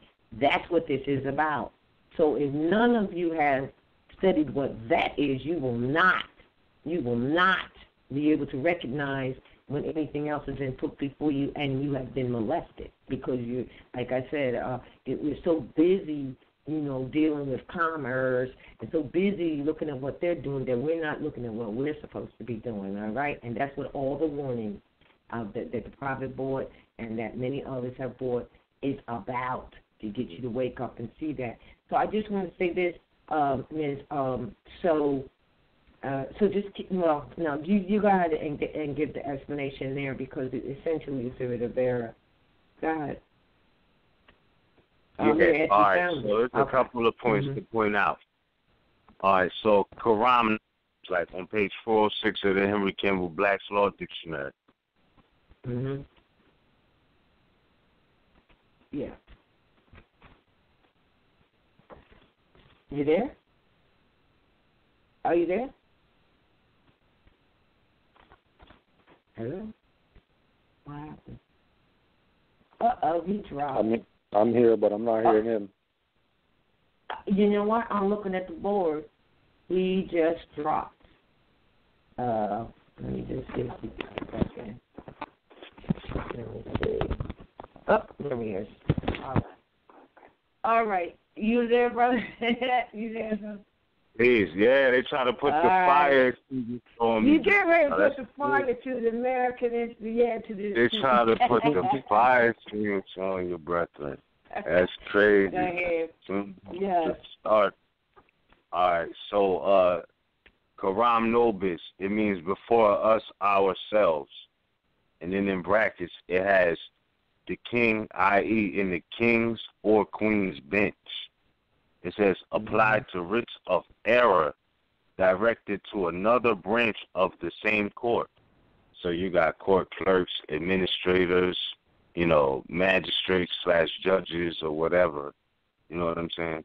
So it says, applied to writs of error directed to another branch of the same court, e.g. from the full bench to the court at nisi prius. See writ of error. It tells you to see writ of error. Of error, right. Yes, it specifically says that in the definition of coram nobis on page 406 of the Henry Kimball Black's Law Dictionary. You know what I mean? So it tells you to see writ of error. But it goes in right after that. You got coram non judice. But like I said, you got coram nobis, and then you got coram vobis, which is V-O-B-I-S, and then the other one is N-O-B-I-S. So let's look at coram nobis, which means before you, a writ of error directed by a court of review to the court which tried the cause to correct an error in fact. So now keep this in mind, too. When you look, writ of say mandamus. that again? That would be equivalent to writ of mandamus, as the coram nobis is equivalent to a writ of error. The writ of mandamus is when you go to a higher court. The nobis is when you stay within that same court, as they said. All right. Right. But look, though, you got to also look at the definition of court, because it tells you that court is wherever the sovereign is at with his regal retinue. See why they want to discourage people from sovereignty? Like, it's not that we're sovereign citizens. And shout out, big acknowledgement to Cool Joe with the class he just posted the other day about national sovereignty not having anything to do with sovereign citizenship. It's a big difference. So, you know what I'm saying? When you know that you are court, like wherever you in the family is, like that's court, straight up. And that's not even on some, you know, fantastic imaginary thing. Like that's actual facts. You know, like court is wherever the sovereign is at. If they got you shook to be, you know, what you are or about your attributes by trying to, you know, blemish key words like sovereign, like, you know, detach the true essence of the word American by interjecting themselves, whether they have positive or negative suggestions about the subject matter, doesn't change the essence of the fact that, you know, the Aboriginal people do have inherent sovereignty. But people are so shook up and scared based off of what the Pilgrim said that, you know, they'll denounce it. Even though Noble Drew Ali did teach it. He taught about it or mentioned it for you to go study yourself in chapter 29 of the Circle 7. So this is not a concept that is foreign to Noble Drew Ali, Moors, or anybody, or ought not be. You know, don't act like the Europeans started this in the 70s and 60s, like they didn't get everything directly from Moors. Their whole existence, their whole timeline, they've been jacking everything from Moors. So let's keep it clear. You know what I'm saying? So coram vobis, it says before you, a writ of error directed by a court of review to the court which tried the cause to correct an error in fact. Right? Now, so that's coram vobis, and then you got coram nobis, which means before us ourselves. So one is unilateral and one is dealing with, you know, reciprocation. So coram nobis is involving more than one party. Coram vobis is like looking. I mean, it's like, look, you have all of the evidence before you, and if you don't, you know, go ahead and get this right with the evidence before you, you know, then this is definitely calling attention to the error. You know, this is what the writ of error is about. So this is for your review, because it's like you can say, look, I don't care what you say. All my records are straight. I got my proof of service. I sent you the default judgment. I sent you the writ of discovery. You haven't responded to anything. So let's say they try to skip past that and go to a de facto or void judgment. Let me say a void judgment. You do your coram vobis, put in your writ of coram vobis or whatever, or your coram nobis.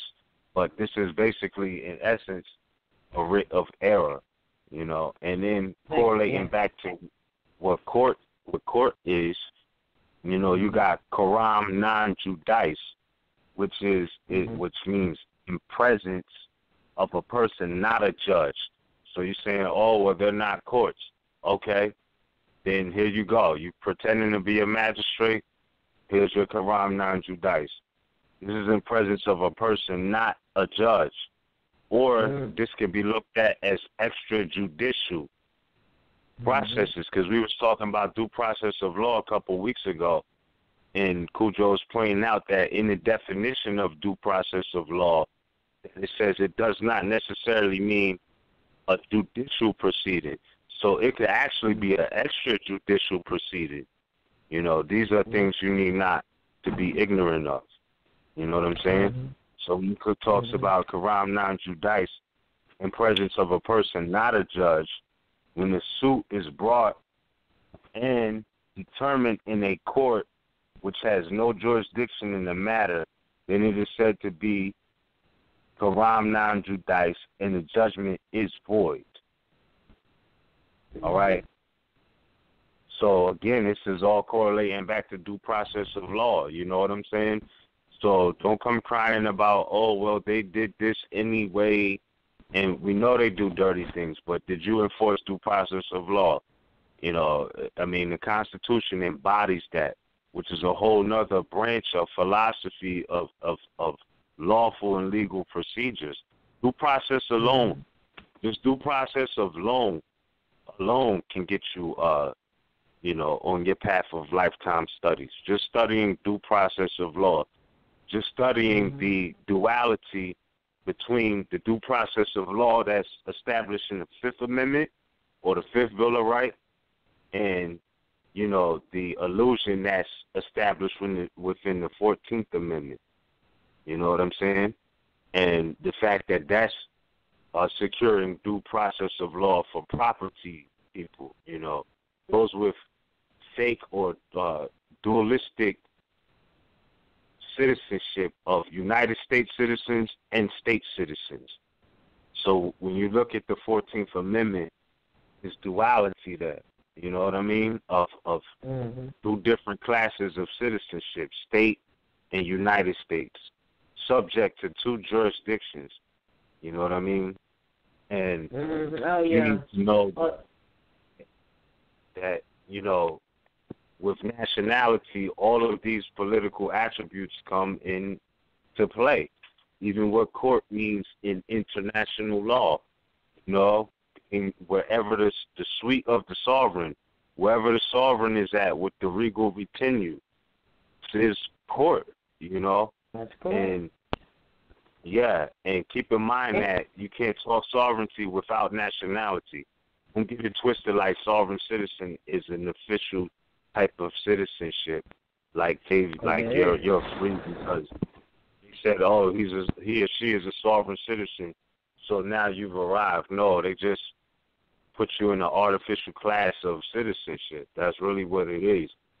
Yeah. But it's duality, it's duplistic. You know what I'm saying? Like, it's more. The Constitution is just like a brief of so much more. You know, it's so much that is behind or constitutes the Constitution. Like the history of that law.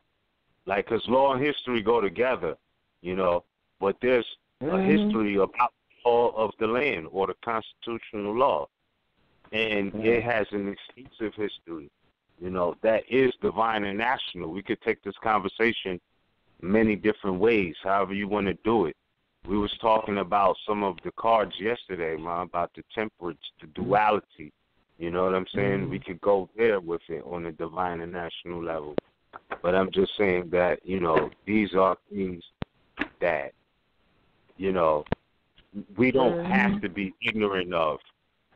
We don't have to be ignorant of these things, you know. So the Quran Nobis, the Quran Bogus, you know, I'm not, don't get me twisted like, oh, Miz said do this. No, Miz said go study that for yourself. That's what I suggest. Whoever you said had said that. You know what I'm saying? Because it's like, you know, people, and like Cujo mentioned earlier, you got Moors who know what they're doing by not answering your phone call. It ain't that we're not trying to talk to you, but we already know you're not studying. And it's not even to leave you in the dark. But the answers, if I send you everything you need to know, and you're still calling me about, it's not a bad thing, you know what I'm saying? But don't take the false sense of entitlement that somebody has to be on the phone with you every day because you had a problem. Like, not that we don't want to help. I don't want to sound rude or neglectful in saying that. But when people feel entitled, like that false sense of entitlement, like, oh, well, you know, this situation happened to me, and because I was reading or watching whatever, I feel like I'm entitled for you to talk to me every day. No, I'm going to send you some information. You text me, regurgitate what you've learned, or call me, and we could talk about that. But, like, you know, it's just crazy. I don't want to get too specific, or it might sound like I'm dissing somehow. I don't want to do that. But I'm just saying that, you know what I mean? We are studying copiously. Like, we are working on things copiously, daily, you know what I mean? And there's enough information out there, man. Like, I don't know what to say. You know, if you see something and you don't know what it means, look it up. At this point, if they didn't get the message to study, like, I don't know what to say to you going into 2020. I don't know what you, like, I don't know. You feel me? Like, it's not a game. Like, timeline 2020 coming up. Full vision. Yes, indeed. Full, like, you know what I mean? Yeah. Stop playing with me. Feel me? Stop playing with me. I mean, like, really. Stop playing with it, man. You got to study. That's like I said earlier, all right? Just a simple example of study. You looking up improper persona, and then you find out why you can't use an attorney. You looking up person. No, you're looking up person and find out why the 14th Amendment does not apply to you and any instruments that come from it, which is all those instruments. All right? And then you understand, whoa, that's why the prophet said it doesn't, there's no need for that. You know, that's how you do that. But let me say this. So in essence, you know, because it's, you know, chorus nobis, but we've been telling you about writ of error, which is the same thing. And we've been, so the first thing you would have to do is identify the error with a writ. All right? So that's why you said before you, I stand before you. But then on the vobis, then we go to the writ of mandamus. Okay? And what is a mandamus? It means we command, right?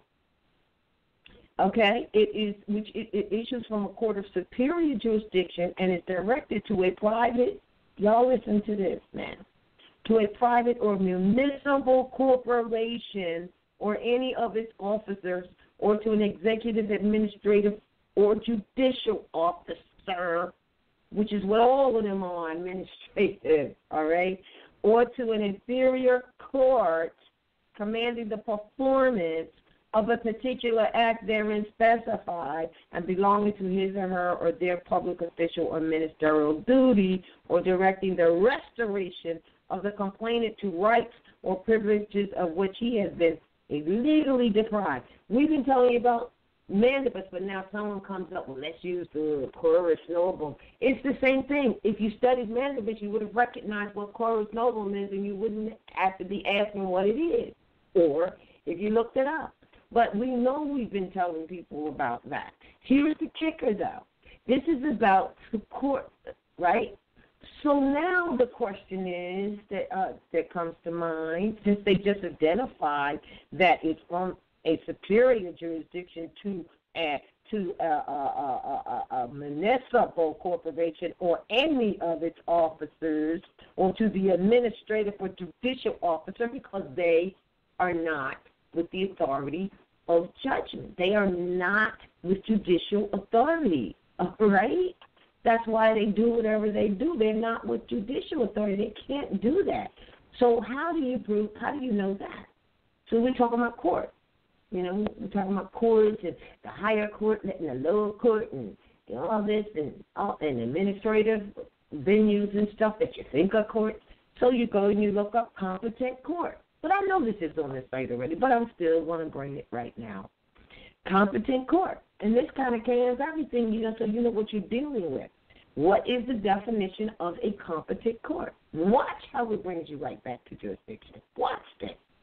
It's page 355, Black Law Dictionary, 4th edition.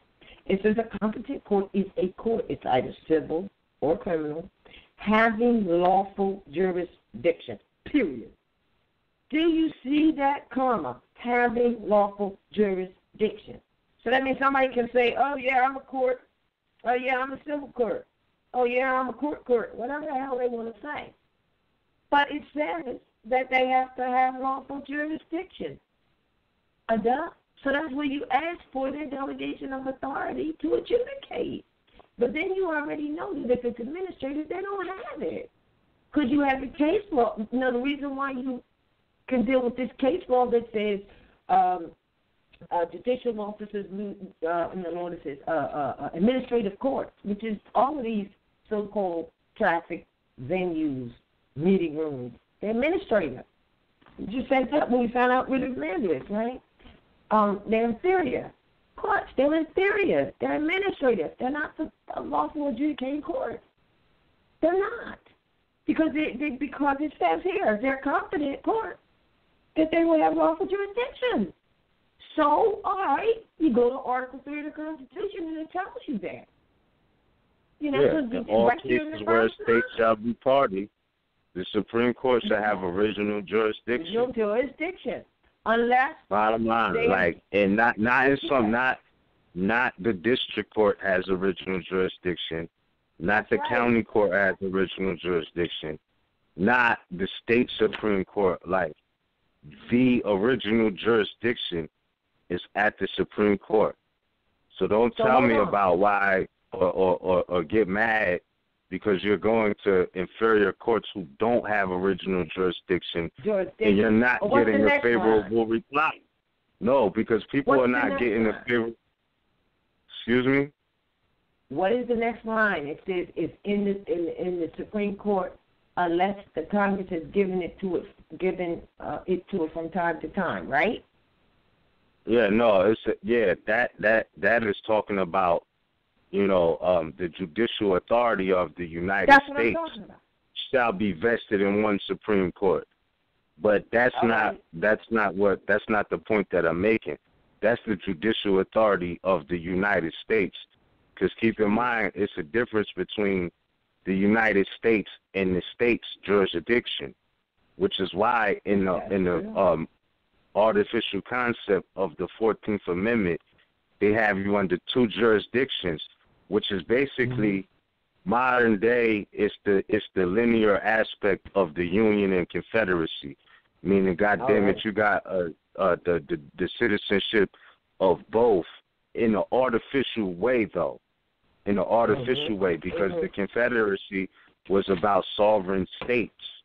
You know what I'm saying? And the Union, and they wanted to hold slavery and servitude, but the Union, this is what you call the United States. And after they defeated the Confederacy by default, they attached or overthrew, their alleged jurisdiction on the face of things. But in all reality, they still stand for the same thing. So, basically with the 14th Amendment, that's like saying, all right, the Confederacy can get their thing off, right? So they got to do, basically, even though it's all artificial, they keep you under two jurisdictions. That's why it says, for all those born in the United States and subject to the jurisdiction thereof are citizens of the United States and meaning this is conjunctive, the state wherein they reside. That is so artificial. That's not national concept. That is that's why Noble Drew Ali said there would not be a need for the application of the 14th and 15th Amendment. It's not necessary for the salvation. You understand? That's why he specifically said that. So, because you already had due process guaranteed in the Fifth Amendment. So it wasn't about, come under the 14th Amendment for due process of law. Like they was guaranteeing that to their subjects. But then that shit, it's so out of balance, because if you're subject to a jurisdiction, that means that, you know, whatever they say is the law is the law. You get the due process they care to bestow upon you, which is what Noble Ali was trying to prevent. Yeah, you feel me? He That's said what if he you was. don't enforce this Constitution, you will be subject to all the mistreatment that the other citizens care to bestow upon you, and that is exactly what is happening. Now, can That's you what's also happening. because I want to move on. And yeah, they don't. I'm sorry. No. I'm sorry, but I wanted to just really make clear about a competent court, but since we did read that, the other line to read there, just so we can bring it out, is that when it says if there is a conflict between a state and the people, it also, the original jurisdiction at Supreme Court, and it can't be heard at the municipal anyway. Now, they send you stuff, they accost you on the highway, they say that they're, they're policemen or whatever, really from a municipality, corporation, city, township, borough, whatever. Then they had the audacity to call you in with a what is that called? A summons, and had the nerve, the absolute nerve, to put on your paperwork, take a look at it, that the state versus you. There you go, right there. But it says, what does it say, man? You got that open. That any controversies between the state and the people can't even be heard there. It can't even. The Supreme Court has original jurisdiction, and forget that. Even if you gotta go out on your shield or whatnot, if you don't enforce that, you know what I mean? Just the fact that it reminded me last week we was talking about the Mayweather and McGregor fight. Mayweather being a boxer, that's what he do. McGregor being a European MMA type of fighter, he's at home and comfortable in the octagon type of venue. You know what I'm saying? Floyd Mayweather was smart enough to know that's not the venue I'm going to trash you in. We're going to do this in the proper venue for me to catch the win, and that will be the boxing ring. And you're going to follow the rules that I'm used to, and I'm going to trash you, because now at this particular point, you're like a lion can't fight like a lion when, you're saying there's no claws. You can't scratch, you feel me, or you can't bite. All you can do is roar. And whatever you got to come across real right for somebody to feel some type of way.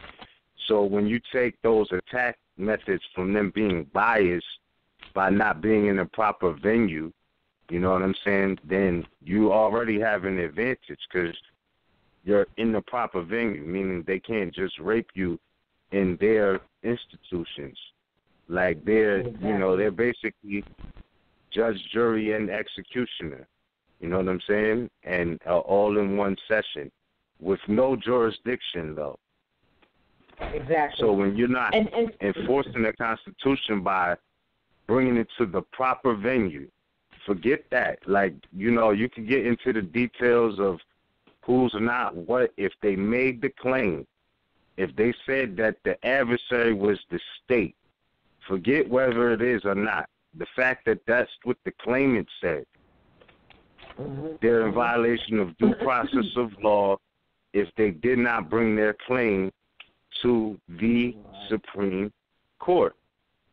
Bottom line, whether they are or not, that's and the thing is, if they are not, then that's even more fraud.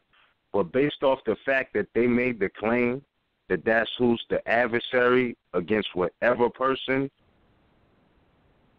if they're not bringing it to the proper venue, Fifth Amendment violation of due process of law. Now, let me you can't be you can't be deprived of your life, your liberty, or your property without just compensation or due process of law.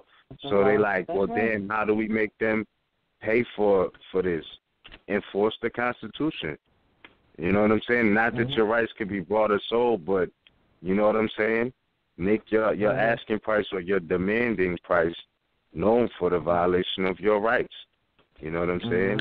And then keep in mind too, on the extrajudicial note, a bill in equity, you never really even have to get courts involved.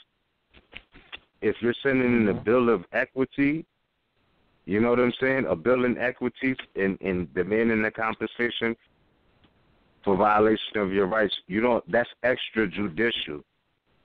That's extra meaning that you're going out slave. You're not, you know what I'm saying? It's no different than somebody, I don't want to say necessarily settling a claim and coming to a settlement, but resolving a conflict and in a low-to-you fashion. That's what I would say.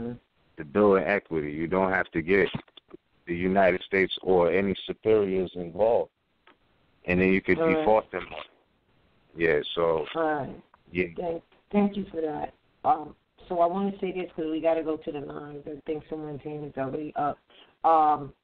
So basically what we're saying is, we're talking about competency. How about this, Morris? Those people who you're dealing with, who you think who may be under threat, putting you under threat, duress, and coercion, which is a lawful terminology and violation of your rights and due process, they are the ones who are not competent.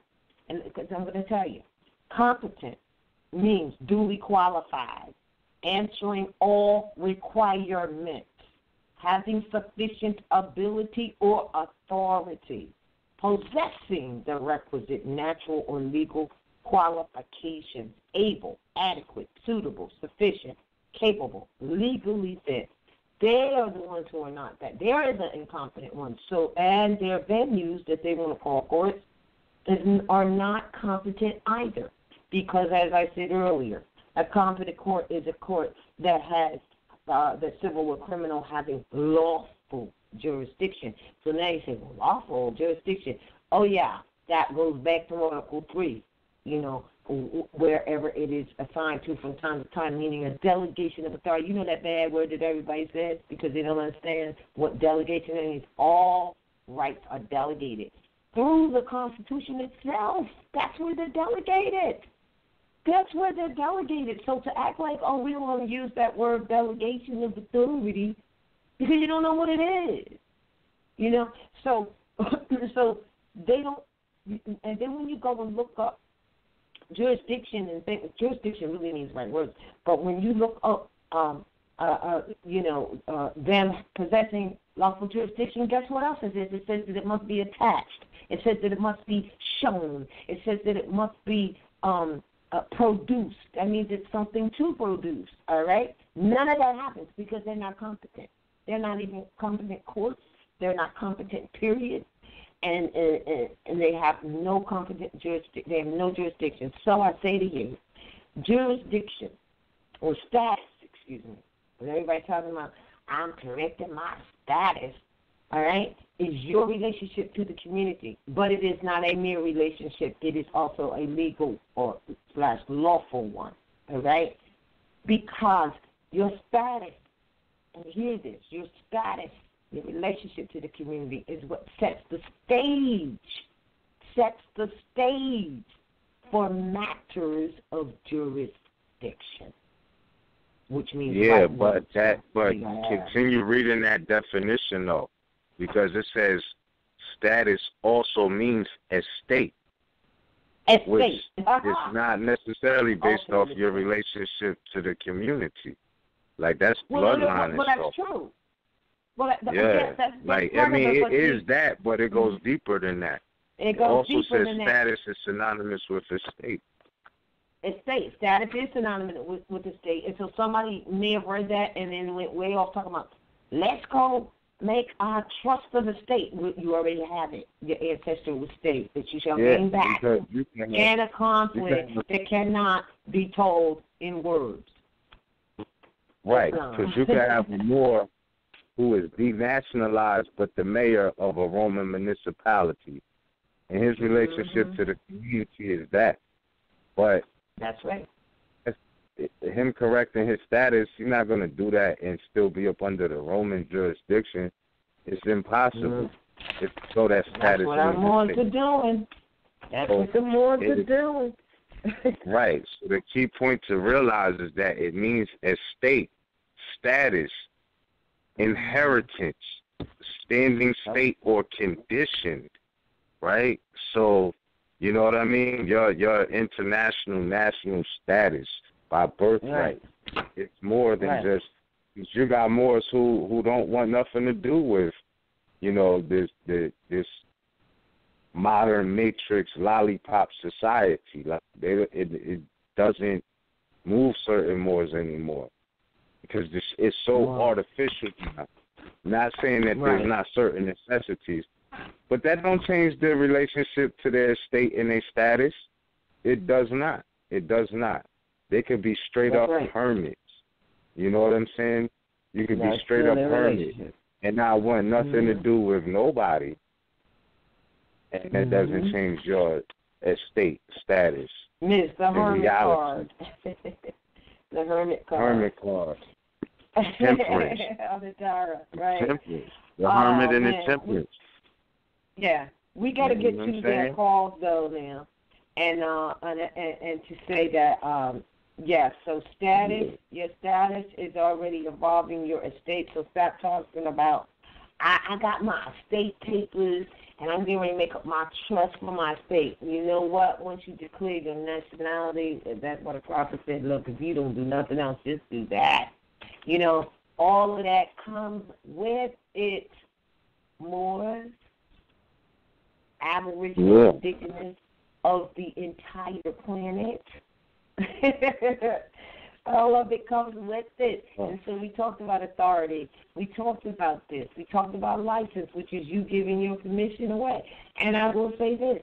I know, you know, this is what they set that up to trap you into it, to trap you into giving permission in a slick, sly, deceptive sort of way because you didn't know. You know, so, you know, what do? Yes, sue them. But you know what? We're going to talk about that another time because it's not really about the class action suit either. It is and it isn't because we're a class of people, but we think, and we'll deal with that later, that each one of us more should put it in. So there's hundreds of them, just berating them, not one class action that they can find some reason to, you know, dismiss or try to, no, hundreds, thousands, how about thousands?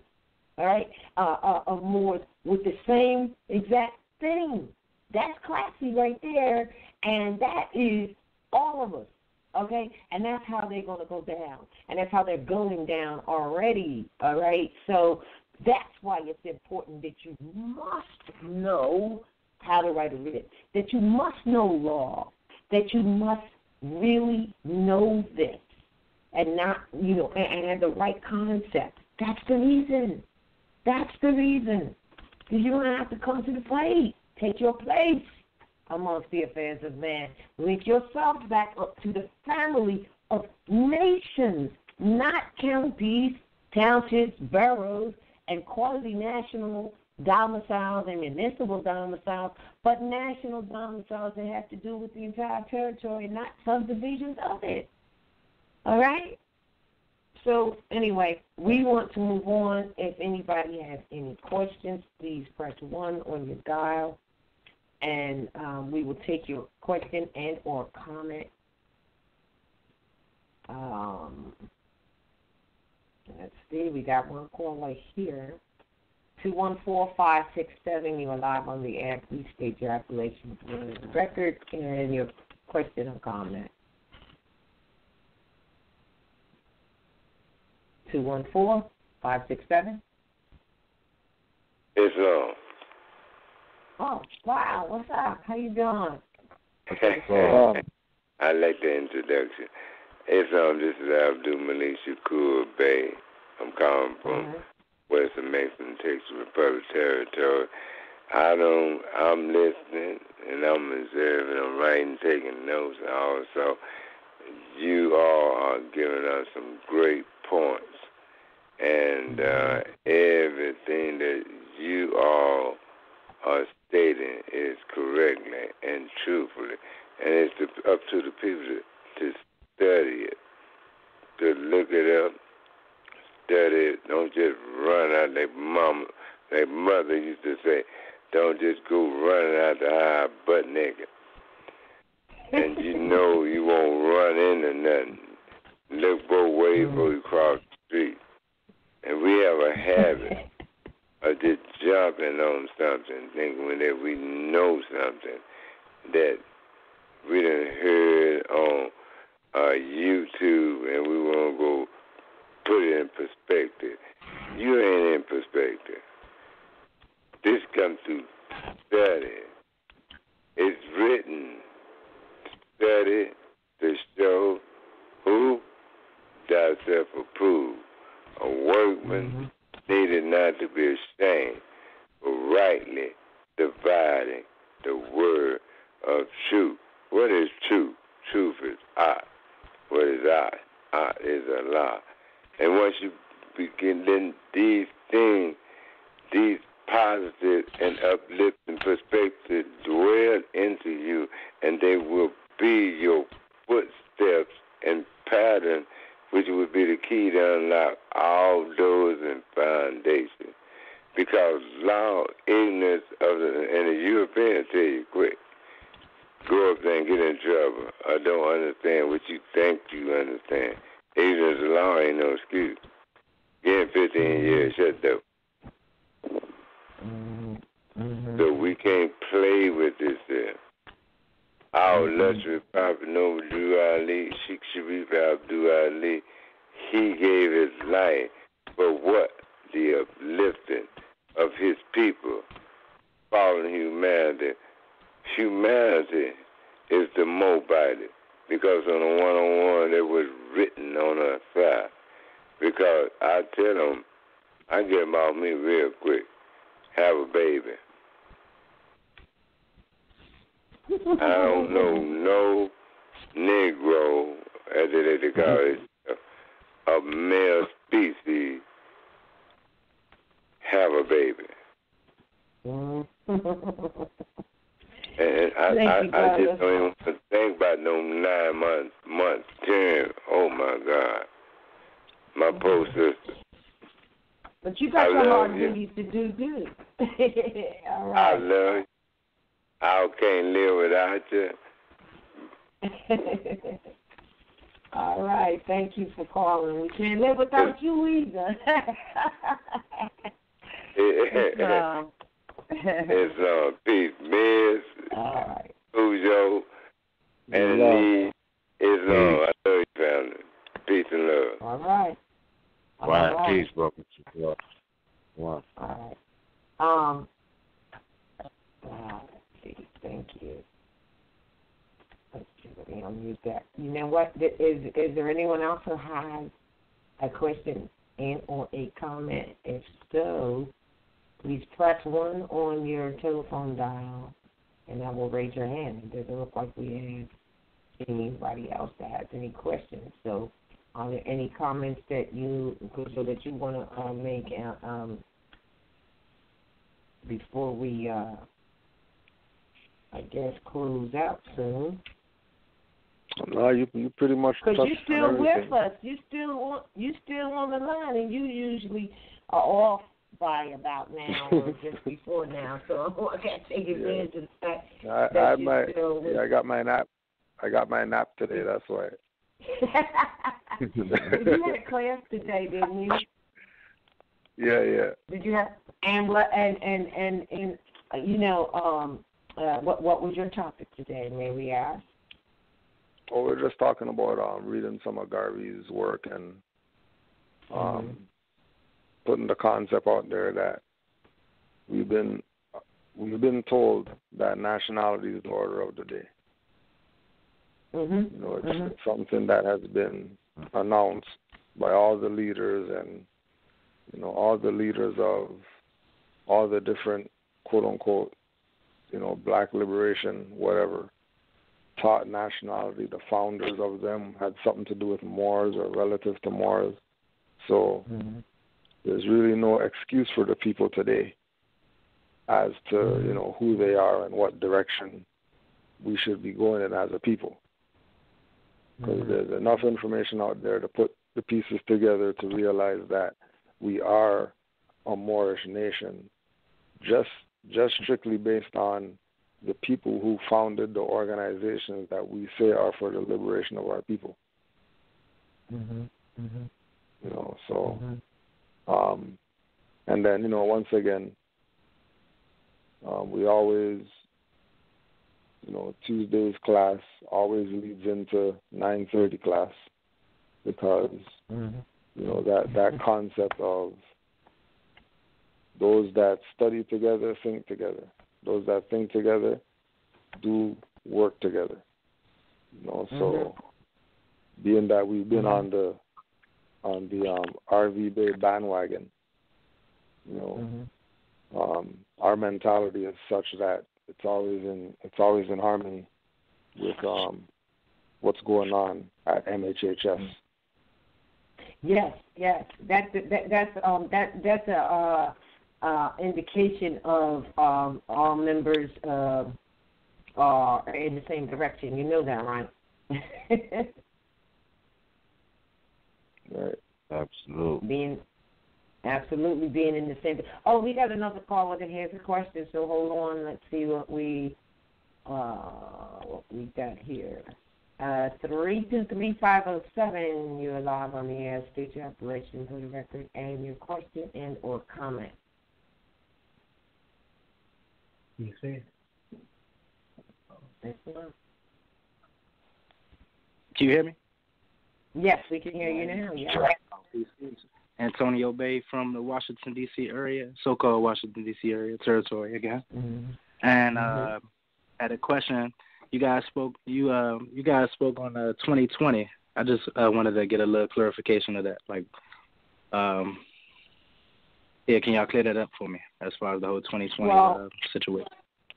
Well, actually, we talk 2017 right now, supposedly, right? This is, of course, the Gregorian calendar, 2017. And then, 2020, the year 2020, we related that to, Liz has related that to for certain. When you go to get your eyes checked, they say, oh, you've got 20/20 vision, right?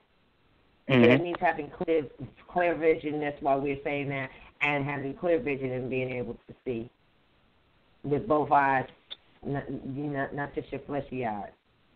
So that's what we mean when we say 2020. Yeah. So everybody as a whole will start to see clearly, basically. Well, or not everybody. You got to start with yourself, though. Because remember, we're saying that everybody is not on the same path or in the same direction, and that's their will and their choice not to be. But, like I found the ancient writing, which is in the Bibliothelia text, but I don't know contributed to it because all of the writings in the Bibliothelia text that they call the Bible or whatever are only 66 of many writings, and all of them were written by ancestrally. But the one is Thessalonians 2. I love it. It's called the lawless men. Okay, the men of lawlessness. And in short, it says, listen, we gave the delusion because they wouldn't receive the truth, or let's say see the truth, right? And we did it so that there would be a distinguishment of those who do see the truth and those who are the men of lawlessness. You see what I'm saying? That's why the truth is the light, and the answer, and the way is the truth.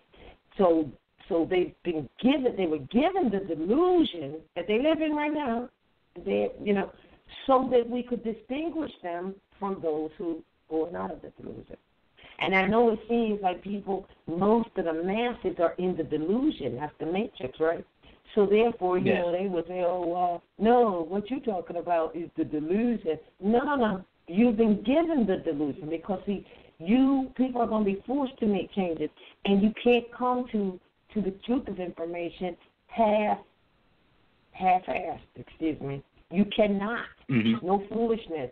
No foolishness at all. Like as was said before, this is real talk. This is real stuff. So therefore, you're going to have to go through some what we call, or what has been called, reasonable pains. If you have accepted this delusion all this time, you're going to have to go through some reasonable pains where you will know the difference. And those who, have the truth or follow the truth or perfecting with the truth, they are very easily can identify. This is what's interesting. They can very easily identify those who are in the delusion, not because those who are in the truth, which doesn't change or pass away because they're special or because, their way is the way. Truth is truth. It is never hidden, and it doesn't pass away, and it doesn't change. So because you have that, you can clearly see when someone is in the delusion. Although, as I said, it may be flipped, he shall make the evil fair seeming, or, we shall be fooled and all of that stuff like that. So although it appears that because the masses are in the delusion, so they look at the ones who are not as the strange ones, or what you talking about. You know what I'm saying, like that. Yeah, but that's by true. the time 2020 comes, we're just using that as a mark and as a slogan, or as just something to say. Like, do you want to be in good vision? You know what I'm saying? And not even by that time. Right now, it's clear to those who do know. You see what I'm saying? And very easily pick out those that are in the delusion. But the ones in the delusion can't really pick themselves out, and that's why the prophet said man's business is about reflection.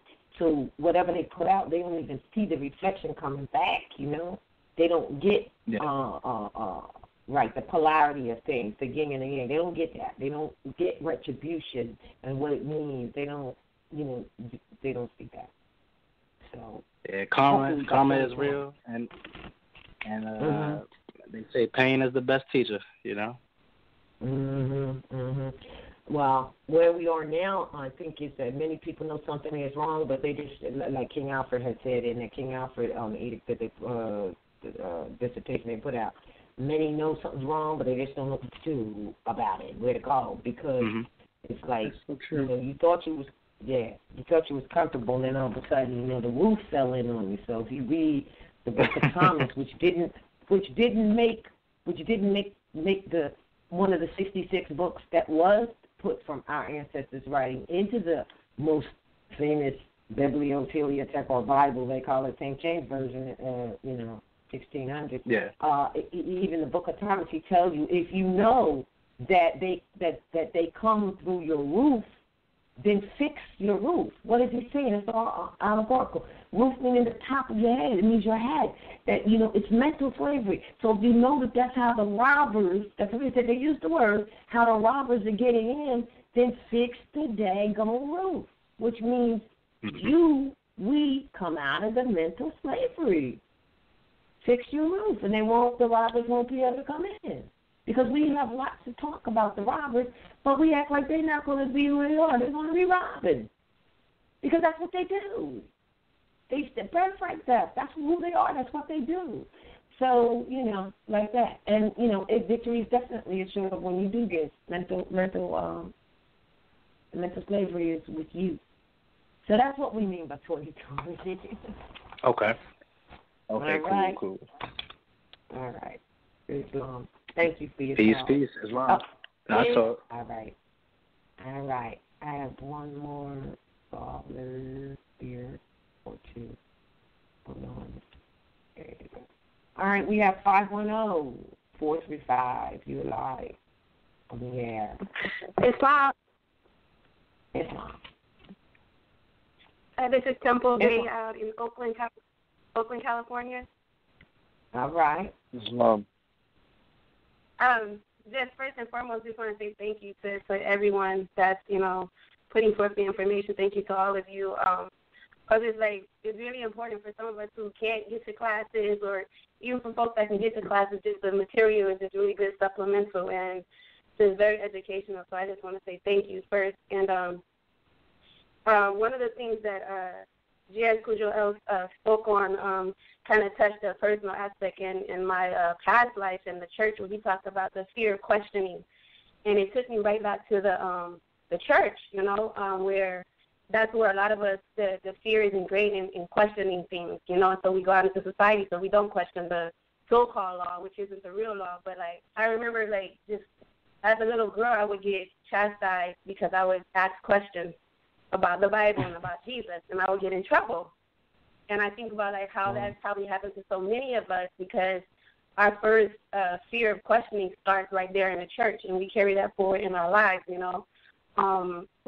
Just asking simple questions that, like, don't make sense. You know, you're like, wait a minute, my mind is telling me, like, this doesn't make sense, and they're telling you, like, don't worry about it. Just believe what the pastor is telling you, and then you're going to make it to the pearly gates. Just do as you're told, you know, and how the prophet is telling us if I could just get you to think. And for me, that has been, like, so liberating. Like, if I listen to any teacher now, I'm like, are they getting me to think, or are they trying to get me to just follow them and be a part of what they're doing, you know?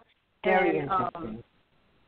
Yeah, and even, like, so they would tell us, like one of the things that he would tell me is that I boundary crossed because I analyzed, because I was asking questions as a young girl, and that was a bad thing.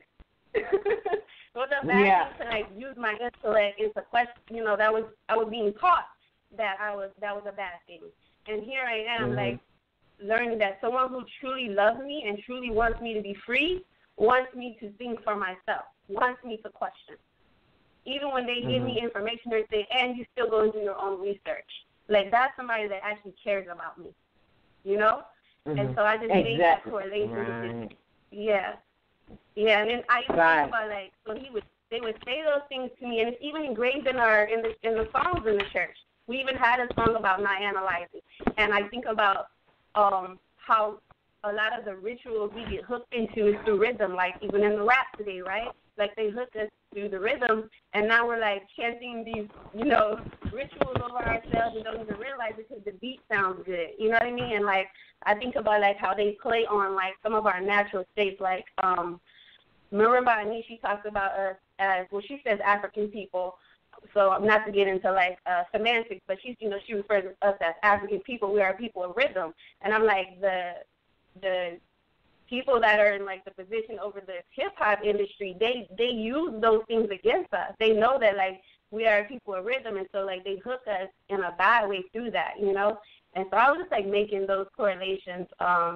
And, yeah, I just wanted to share that. And, again, like I said, just thank you to you all.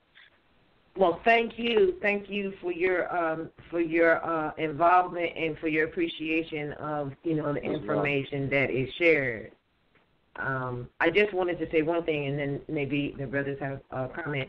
It's interesting what you said, that they teach you in church first, right, not to question. But what we need to recognize is that the church and state, as we would say, they are not disconnected. They are all together. Yes, because, I'm learning that. Yes. That's their that government. See? Yeah. Oh, absolutely. So it only makes sense that they would be doing that. Yes, ma'am, because the Christian religion is really their decree. The Christian decree is really a government. I know a lot of people don't know that, may not know that, but it really, really is. And it goes hand in hand with the prophet said, you know what, you need to declare your nationality and your religion, right, for the religious freedoms as well, because that's exactly what they're working on for. So literally, when they're out there beating people upside their head with billy clubs, they are literally practicing their religion and their intent, which is under the Indica Terra Divina. This is very, very, very, very real. So you go to their government church for real. I'm serious, because their government is not yours, because the decree is a government decree. They said they are a government. How many people know that Christianity is a government? This is why the prophet said in chapter 46 that, you know, that was established for their earthly salvation, more is not yours. Because, you know, they were they were really right. So with that being said, I get it. And by you calling and saying what you said, I really got it. You just helped me get, I mean, I knew this, but I realize now that we need to recognize that they start you off with that in the church. Don't question. It's not that you're not questioning. Hear this clear. The Word of God. It's that you're not questioning their jurisdiction. That's what it is. Yeah. That makes I'm sense. telling you. Mm-hmm. And then, like, a part of that fear of question, too, comes in, like, at the risk of being ostracized, right? Because if you question, like, certain communities, they, like, be like, oh, she or he is, like, that's a bad one. Because, you know, you start thinking and questioning, somebody else might be like, wait a minute, I should reconsider what I used to think, what they told me, right? And, like, then you become a problem because, like, as you're saying, you're questioning the jurisdiction. And if they know that they're wrong and they're not even and they're not the proper person to be in the seat of authority, then you're like putting them at risk of being removed from that by you waking up and more people waking up around you. And so they also play on that too, which is like we want to go along. I feel like just like as human beings, like we are naturally like communal people. Like we want to be a part of the family or a part of the whole. And if somebody makes you feel like you asking a question is going to come at the risk of you being kicked out of that, it's like I feel like they play on that too in the church, you know. Because I know for me, like I went from the church to so-called Orthodox Islam, and the more I started studying, I would ask questions, and like people would just start like looking at me with a side eye, like, why can't you just be quiet and wrap your hijab up correctly and sit down? Well, now you can wrap your turban correctly, and you know you can get some of the answers to the questions that are universal in nature and the principles. I mean, that's a beautiful thing, sis. Yes, indeed. Did anyone else want to make a comment to the sister? Yeah, well, just to add, you know, for other people to use that as an example, that it's all right to question, especially if you're questioning because you think something's funny. You know, like, you know, if you're getting truth, all right, cool, everything's all right, you know.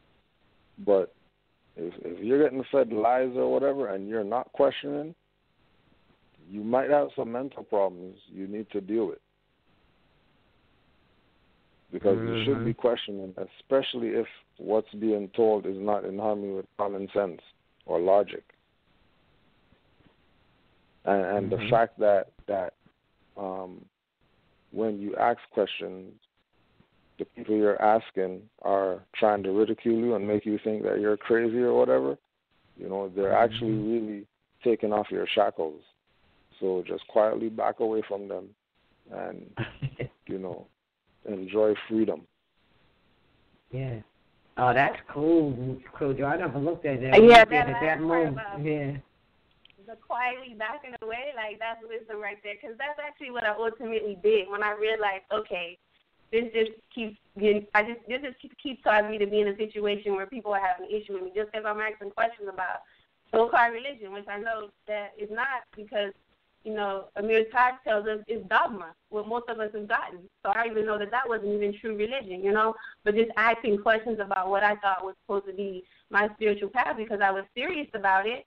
And the more serious I was trying to be disciplined in it, I started asking more questions. And they were having a problem with it. You know what I mean? Like, don't worry about that. Just worry about your salat. Don't worry, you know what I mean? Don't worry about these specific questions. So I'm like, just seeing it now, I'm like, that's not a person that wants me to be free. And I don't want to deal with nobody that don't want me to be free. You know what I mean?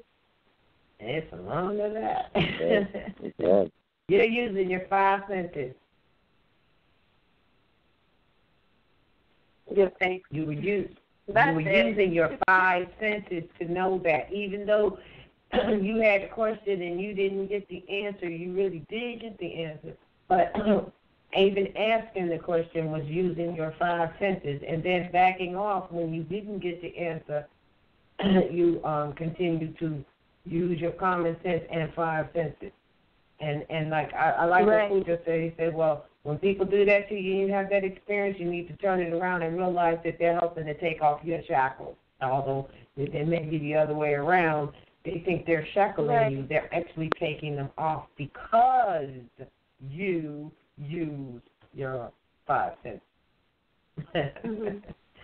Islam, I'm glad that you get something out of the information that's being shared freely.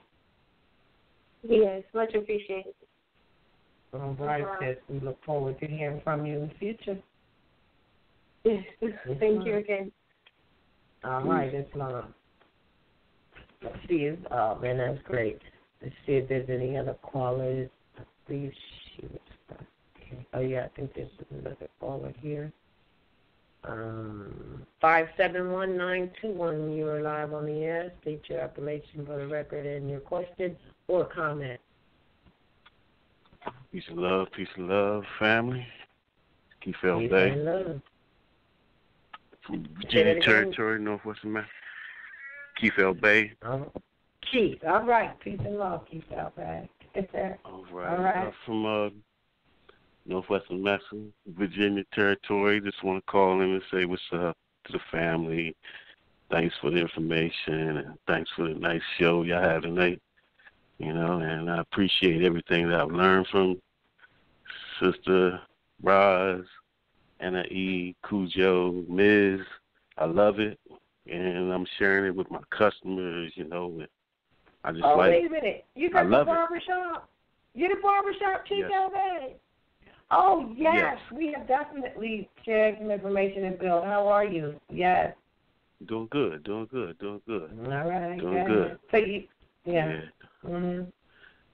I'm doing wonderful. This, you know, I just love it, and I'm so glad that I came to this information, you know, and sharing it with my customers, and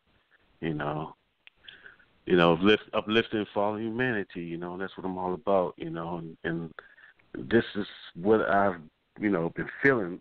There was something missing from my life all my life, and I used to question as far as the lady was just on the phone.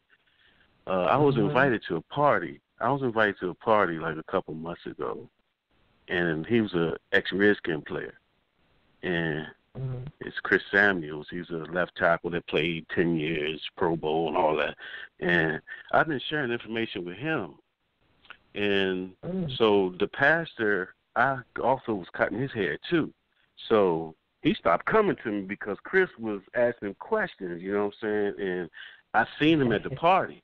I had my Unc and everything on, had no Drew Ali T-shirt and everything. And he looked at me and he didn't speak, you know what I'm saying? I was like, oh, okay, I know what this is, And Chris stopped going to church. And he knows all this, so I know, so, you know what I'm saying? So it's, he's playing a game, you know what I'm saying? I'm telling Chris, man, it's a game, man, He's here because he wants your notes, man, he wants your finance, keep coming to the church, so he's, I'm stepping in, I'm stepping on his toes, you know what I'm saying? Because I care about the brother, you know what I'm saying? He really don't, I care about you, Chris. I was telling Chris, I care about you, man. This pastor don't, man. He just wants your notes, man. That's all he wants, So I went there to, Chris invited me because I had to cut, his hair, because his wife is on the, the Potomac Housewives or something like that. And I had, you know what I'm saying? It's Monique. Her name is Monique. Me and Chris and her and Monique, we close friends, so I'm sharing information with them. And, so I'm in there cutting the little son's hair, little Christopher's hair, and the cameras came in there, you know what I'm saying? I was like, oh, what's up? You know what I'm saying? It's like, well, you got to sign this, to be on. I guess I'm going to be on TV in the spring, you know what I'm saying, on that show, just cutting the little boy's hair. So I had to... You know what I'm saying? I had to sign a waiver, and I reserved my rights, you know what I'm saying? He's like, what, are you a lawyer or something? Like, nah, you know what I'm saying? I'm just reserving my rights, you know what I'm saying? So, it's Bravo, something with Bravo, something like Bravo Station or something like that. So, but it's, Cujo, man, I love you, man. Rod, Sister Rod, I love you too. Ms., I love you too, man. Sister Annalita, I love all of y'all, you know what I'm saying? And I appreciate this, because I'm waking up a lot of people, and it's just so good, you know. It's wonderful, and there's a lot of youth from waking up, you know, and they realize, you know, there's something. They always knew something wasn't right, you know. So when they come into this information, it just broadens, you know what I'm saying? It's opened up their, you know, their whole mind, you know, and I love it, you know. I love it. I love what I do. And I lose some customers, but you know what? I don't care. You know, I don't care. You know what I'm saying? Because you lose one, you're going to gain 3. You know what I'm saying? I don't care. You know what I'm saying? So, you know. Well, you know. Can you say this now without, you don't have to get into any personal whatever, but one thing that I'm pretty sure you can attest to is that by applying what you know and applying the reservation of your rights and applying law, right, you applying it yourself, you will get a favorable reply. Is that not true in your world? That's true. That's true. All right. Yeah, that's true. That's true. You know, that is true.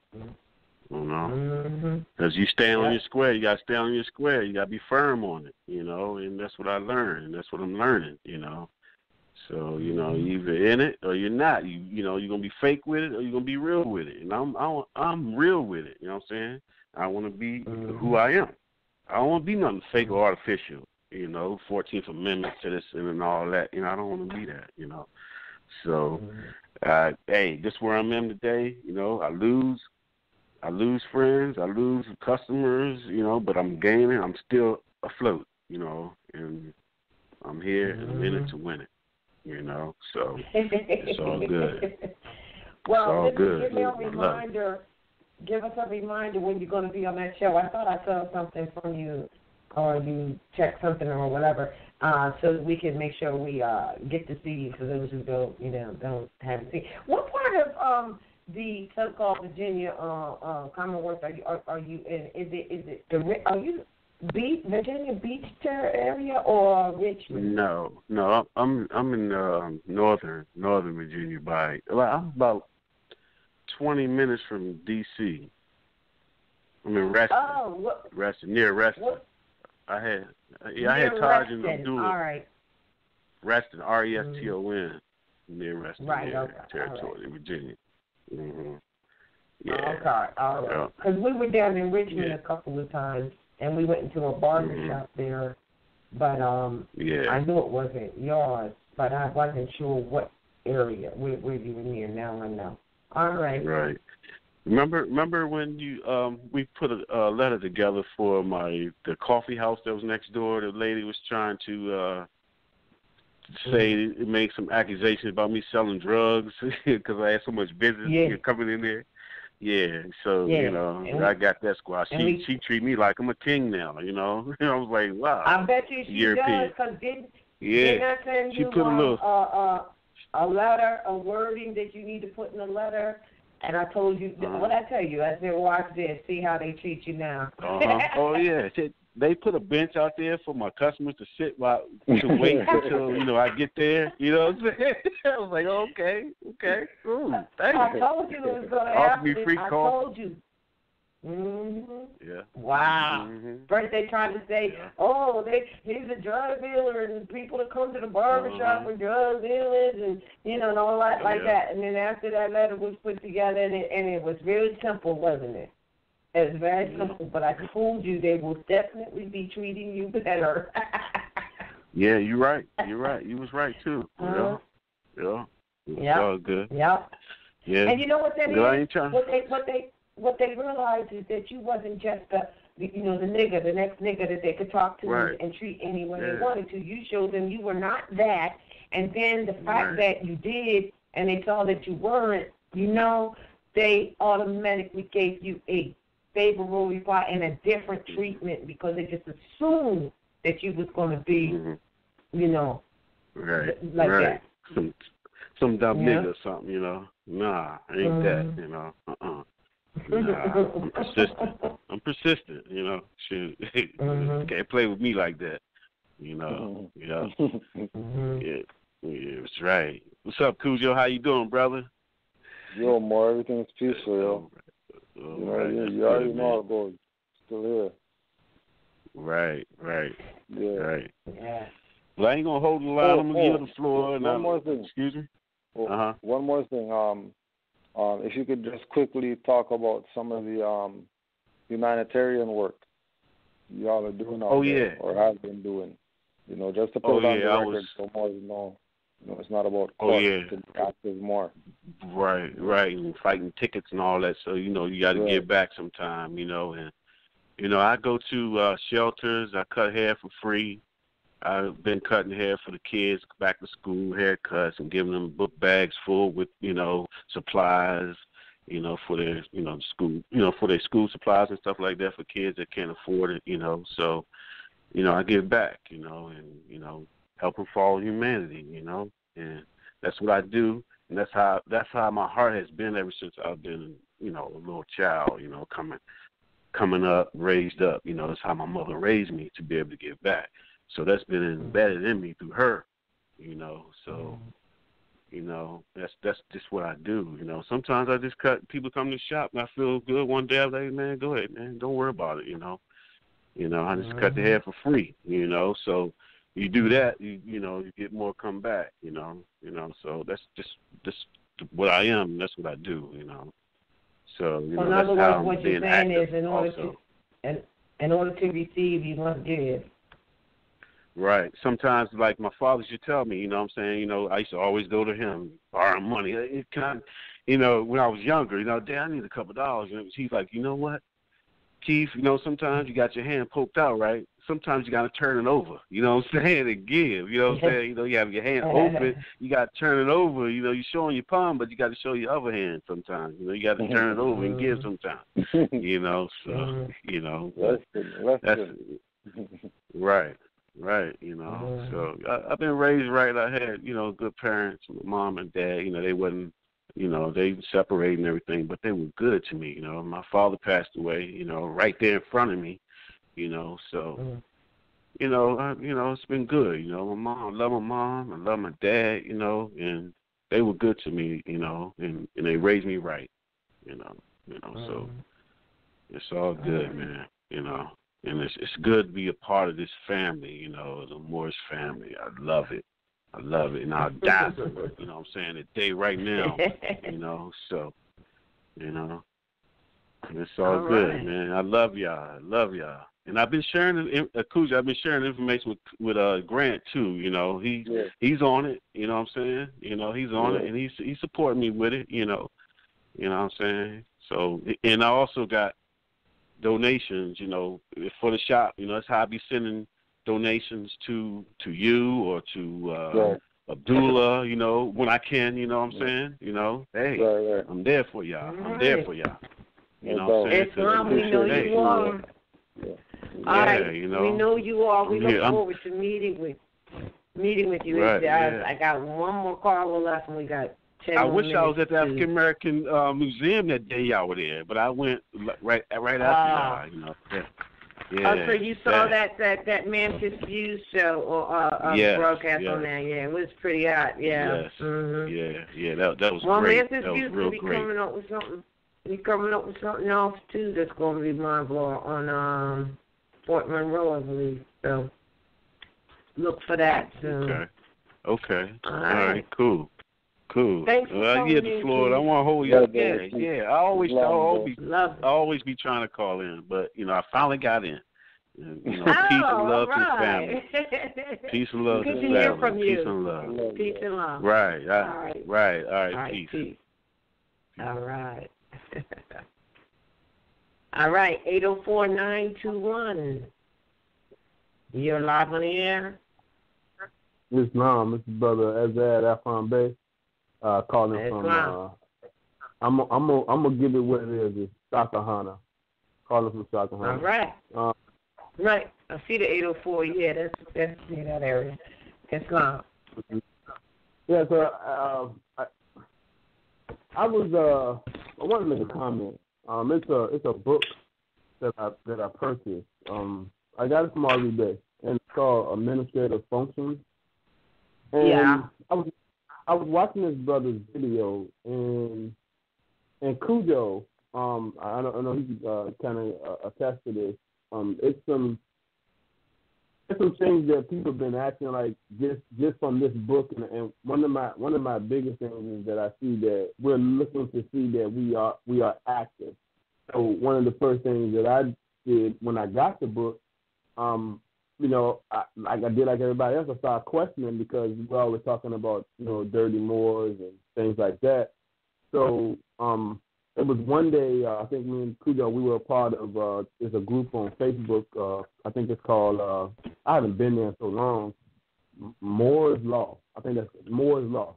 And they be doing some crazy stuff on there. So I in the midst of calling myself being active, I put the information out, and like I said, I know Cujo, I think you, in the midst of correcting certain things, like asking questions, and one of the questions that I asked myself on there, I asked about the Supreme Grand Council because of what's in this book, and I'm putting it all together. But what happened is it was a brother, I was watching his video on Facebook, and he said that he got this book from RVBey Publications, and I was with what he was saying the whole time until he started saying that, and he was saying negative stuff. I was like, hold up.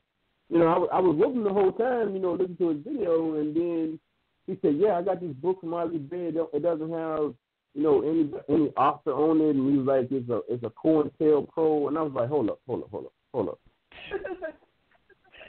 I had to kind of stop, because like I said, in the midst of being a new Moor and getting this information, a newfound, I don't call myself a new Moor, of the new, knowledge of self.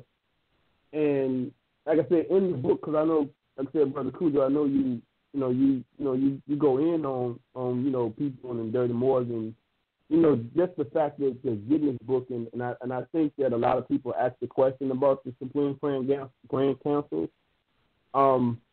But I'm saying, like in the midst of that, in this book, it actually just explains the administrative function. So the question being asked, it's because being curious, and in the midst of being curious, one would say they're being active.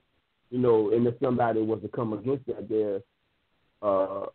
they're considered, something else. So like I said, I don't know, like I said, Brother Cujo, we kind of cleared up, but that's the whole understanding. Just me studying, if I run across this and I say, well, hey, I got this from RVBey, and someone else come across and say, hey, that book is COINTELPRO, and I'm like, hold up.